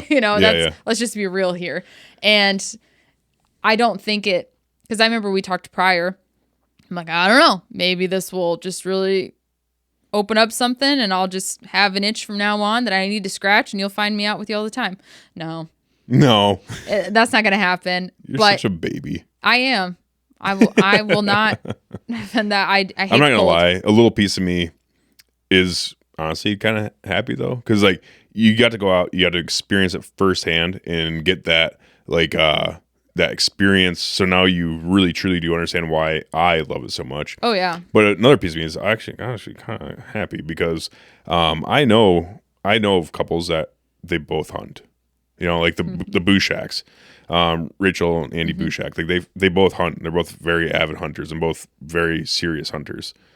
Sometimes it's hard for them both to go out. So it's like with this situation now you understand it, but you also don't want to do it back in Iowa. Yeah. So selfishly, I get to do it. Yeah. And you get to understand why I enjoy it so much. I've always supported it, but now but there is another level of understanding, I would definitely say. And I've always known how therapeutic it is for you. And that's why even when there's a conflicting schedule, I do try and do everything in my power not to interfere with that. Sometimes it just has to. It's like, hey, Christmas. You got to be at Christmas. Yeah. I mean, I do say something at those times. Yeah. And stuff like that. But mostly Thanksgiving, honestly. Christmas is... That was just like the one time. Yeah. There was one time. But you were like, yeah, I'm going out. I'm like, what? We are getting dressed right now for our Christmas.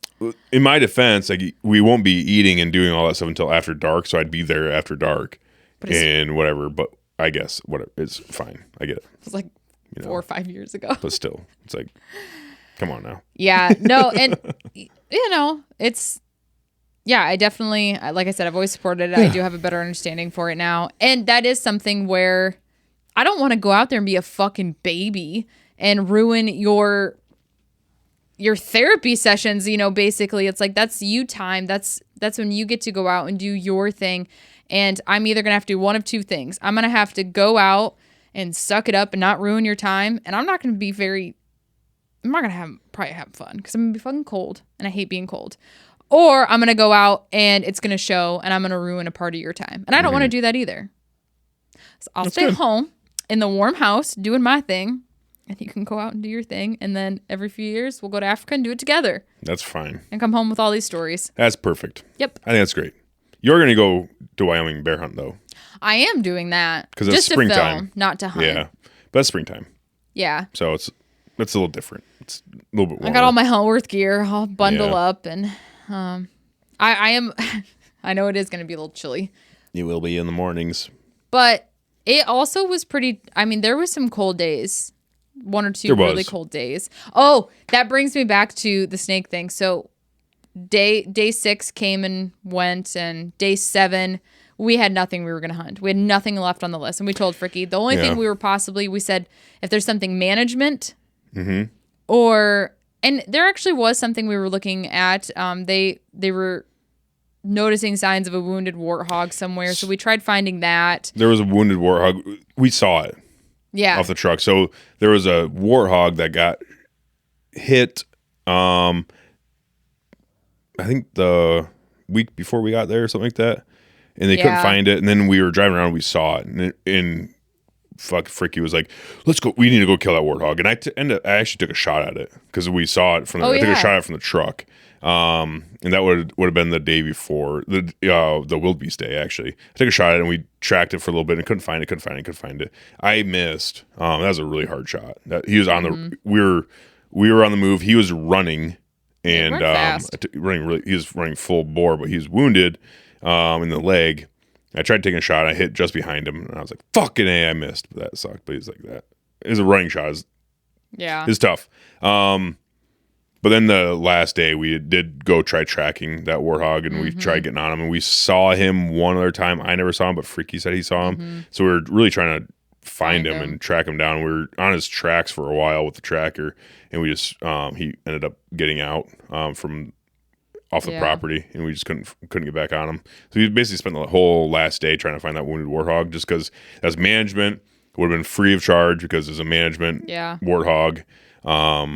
But just couldn't get on. But then we spent the whole day basically doing that and looking and watching things, just soaking in our last day and having fun. Went out to that air runway strip, got the drone out, got some good videos. We went back to camp, got the drone out, took videos of camp from the drone. Very low stress. And I asked Fricky, I'm like, all right, we're all said and done. You can tell me now. Did you see any snakes out there? He said, those cold front days, I saw so many tracks. I'm like, all right. He's like, mamba tracks too, black mamba. But never saw any snake. I never actually saw any physical snakes. He didn't say a black mamba, but he did see one snake one time, a little ways out, and he said, we veered off. I told him, and I remember I hugged him. I was like, really, really appreciate that. Thank you very much for, understanding and taking it seriously, and there was no tricks with that. So I really appreciated that. This is the tracks, and he was getting nervous about the tracks because there was a lot of tracks. He said when that cold front came out, he said they were everywhere, the tracks. I was like... There was. I seen them. Because he pointed it out to me, not you, until like close to the end. But I seen a lot of the tracks too. There was a lot of tracks. I'm like, shit. So now when we go again, we got to make sure... Because we went pretty late in the summertime, so it was cooling off. And but we also had a couple really hot days. The temperature fluctuated like crazy when we were there. So I definitely want to go. The next time we go, I want to go closer around beginning middle August, just to avoid those cold fronts. Yeah. Because now I know. Because I didn't even think about a cold front bringing them out. Well, so when it's cold, they are dormant. That's why we never see any tracks the first time we were out there and everything else. So when it's cold, they're dormant. But when it warms up, and we were just in the middle of waking up season. Ugh. So, but then when it gets cold again, they get hungry because they're already awake. Yeah. So they had already woken up, and then when it gets cold, they're really active, I guess. This is what Frick was saying. He's like, they get really active when they're already awake, and then it cools down. Oh, yeah. So that's why he's like, I don't know. I see what's in your hand. I know. So I know. So I got this WCB Kill Bottle whiskey, and we have something to celebrate a little bit. It's been a long time, and I know we didn't just kill something, but we were talking about all the fun that we had in Africa and everything else. So I decided, I'm like, you know what? We're gonna bust out the Kill Bottle. We're gonna take a couple little shots here, victory shots from last year when we were in Africa and had an absolute great time. And now you can fully complete your journey into the hunting. You're really buttering this up so I don't back out. But I don't know, it's the boys, the boys' whiskey. So we have to drink a little bit of it. And Ashley does not like bourbon. No. Even though she's from Kentucky, she still doesn't like bourbon. But we are going to take a little shot of Kill Bottle whiskey. This is made by Ledger Rock Distillery. I'm sorry, Ledger Rock. We realize it's not Ledger Rock. There's only one R. It's Ledger Rock. So Ledger Rock Distillery, they made this awesome bottle, Kill Bottle whiskey. It's fucking looks really nice too. Look at that. It's just beautiful. Beautiful bottle. Beautiful labeling. I can smell it and it's not even open. Like I know beautiful labeling. It's got this really cool house in the background with a chimney and smoke coming out of it, and some deer Euro mount above the door, and there's a nice big buck in the bed of this truck driving up to its house. Beautiful sunset, trees, snow all around. It's just a great looking bottle. It is 45% alcohol by volume, 90 proof whiskey. I have so much I want to get done yet tonight. I just drank a Monster. You guys hear that fucking little popper? Oh yeah, that's nice. You should be pouring it by the mic.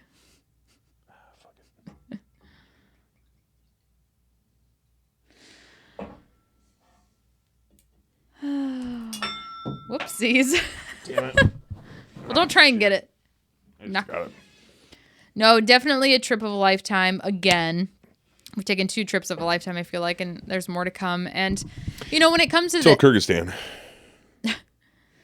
When it comes to the trip, too, I definitely feel like we have to... I'll wait until you get in talking. I definitely feel like we have to, like, sell it to people, sell the experience in the trip. But it had to be sold to me. Not so much you, it was already mine, but it really had to be sold to me. And it was just so different from what I had in my mind. It really is. Price-wise, environment-wise, accommodation-wise. It's just so different and such a beautiful experience. So I take the time and I tell the stories and I make the comparisons for people because anybody that hunts, they got to do it. And even the ones that don't hunt and the wives, I'm like, you don't understand how amazing of an experience you will still have. So. Well, Leah went with Eric. Leela Yeah. Went with Eric, and she doesn't hunt at all. Yeah. And she loved it. Yes. She cried a little bit during the giraffe thing. Oh my gosh. Because it's a giraffe, yeah. And Eric's a cold-blooded killer. And he's like, fuck you. I'm shooting this giraffe. So she did get a little sad about that, but she understood. Yeah. You know, she understood everything. Like that giraffe situation, we've explained that a million times. Like, old bull. You know, old-ass bull, gonna die anyways. They're gonna cull it no matter what. Anyways, she understood, but she loved it. She had an absolute fucking blast there. So, I don't know. I just feel like there's a lot of people that kind of have this misnomer about Africa and the expense and everything else. And don't get me wrong, like it is not a trip that you just, I guess we did it on a whim, but it's not really a trip that you just do on a whim because it's a long time. It's a long travel, long fucking flight. It's not super duper cheap, but for what you get, bang for your buck, Africa is the best experience that you can buy. In my opinion, it's the best because bang for your buck. If you're a hunter, especially if you're a bow hunter, or if you're a hunter of any type, bow hunter, gun hunter, whatever it is, atlatl hunter, I don't give a fuck. It doesn't matter. Handgun hunter, you want to level up your game, go to Africa, and because you're going to have so many opportunities at animals, so many different experiences, so many learning experiences, especially for a new hunter. Like I didn't realize how amazing of an opportunity it is to go to Africa as a new hunter because there is no like you're not because when you're hunting in North America, whether it's white-tailed deer or elk or mule deer or black bears or whatever you're hunting, you're spending the majority of your time finding that one animal because you have one tag for that one animal that you want to kill, and then you get maybe one opportunity at that animal, and that's all you get that year. Yep. In Africa, you have so many opportunities and so many shooter animals that you can hunt. Yep. And you have that experience like multiple times. So you really get to level up and have a type of experience where you're able to really just have a lot of those those opportunities, all I guess, all in one time. And the thought, we go to the trade shows, and I see a lot of booths set up with African hunts. Mm-hmm. And I always have this little fear because there's one booth in particular, and you'll know what I'm talking about. He's got the whiteboard. Yeah. And I just think to myself, I would hate to see somebody hear all about this and take a trip and it not be everything that we're talking about. Mm-hmm. So, with the Africa clinic coming up this weekend and everything like that, it's like, look, I can't vouch for anybody else doing these, but we've experienced this with, Legendary Safaris and Stewart twice now. Yeah. And it did not disappoint in any aspect whatsoever. So I just if you ever thought about it, do it this way. Yeah. Because we know how great it is. Book with Stewart. And if you can go to the African clinic that we're doing this weekend, what day is it? My phone is recording now. So it is this Saturday, February 8th at the Hitching Post in West Point, Iowa. Is it February 8th or 9th? 8th. 9th is Sunday because it's Charlie's birthday. 9th is Sunday because it's Charlie's birthday. Yes. So it's the 8th. Okay. February 8th at the Hitching Post, West Point, Iowa. There you go. Starts at 4 o'clock. Perfect. 3 o'clock. 4 o'clock. Check the Facebook event. Yeah. Nice. Good job, honey. Yeah. But if you can get to West Point, Iowa for the hunt clinic, meet us there, have some beers, have some drinks, have some fun. You're talking about hunting. And if you can't make it out there, then get in contact with me or working class guys or Stuart personally and just let them know, like Victor Drive sent you or whatever it is. And just get something going because it is seriously so much fun. And like Ashley said, we can't vouch for every African outfitter, but we can vouch for Stuart, and the program that he's putting on is amazing. So, all right, honey. Oh, thank you. I think. All right, here we go. Cheers. Cheers. I can't smell that's it. Good stuff. All right, cheers, honey. Cheers. Very good job hunting. You too. It's gonna be a blast. We're gonna have a good time this weekend, and hopefully we get to see some of you guys out there. Hoorah.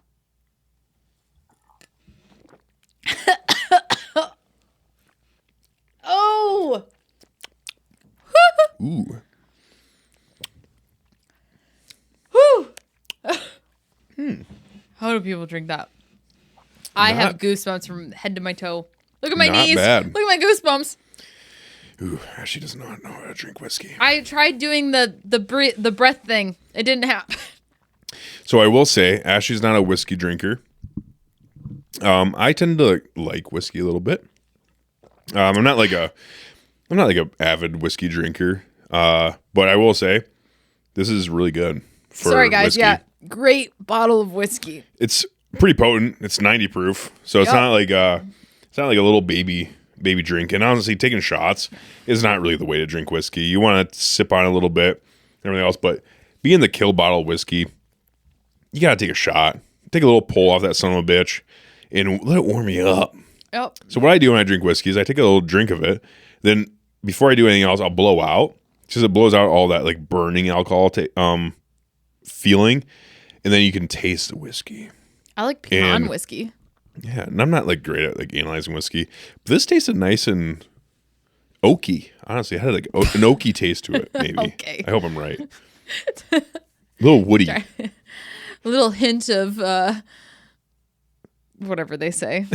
I don't even know. I don't know what you're talking about. Like when, if there's a wine tasting whiskey, he's like, "Ooh, yeah, hints of Burberry and pine needles." Yeah, no Burberry pine noodles, but it did taste like oaky. I think. Perfume.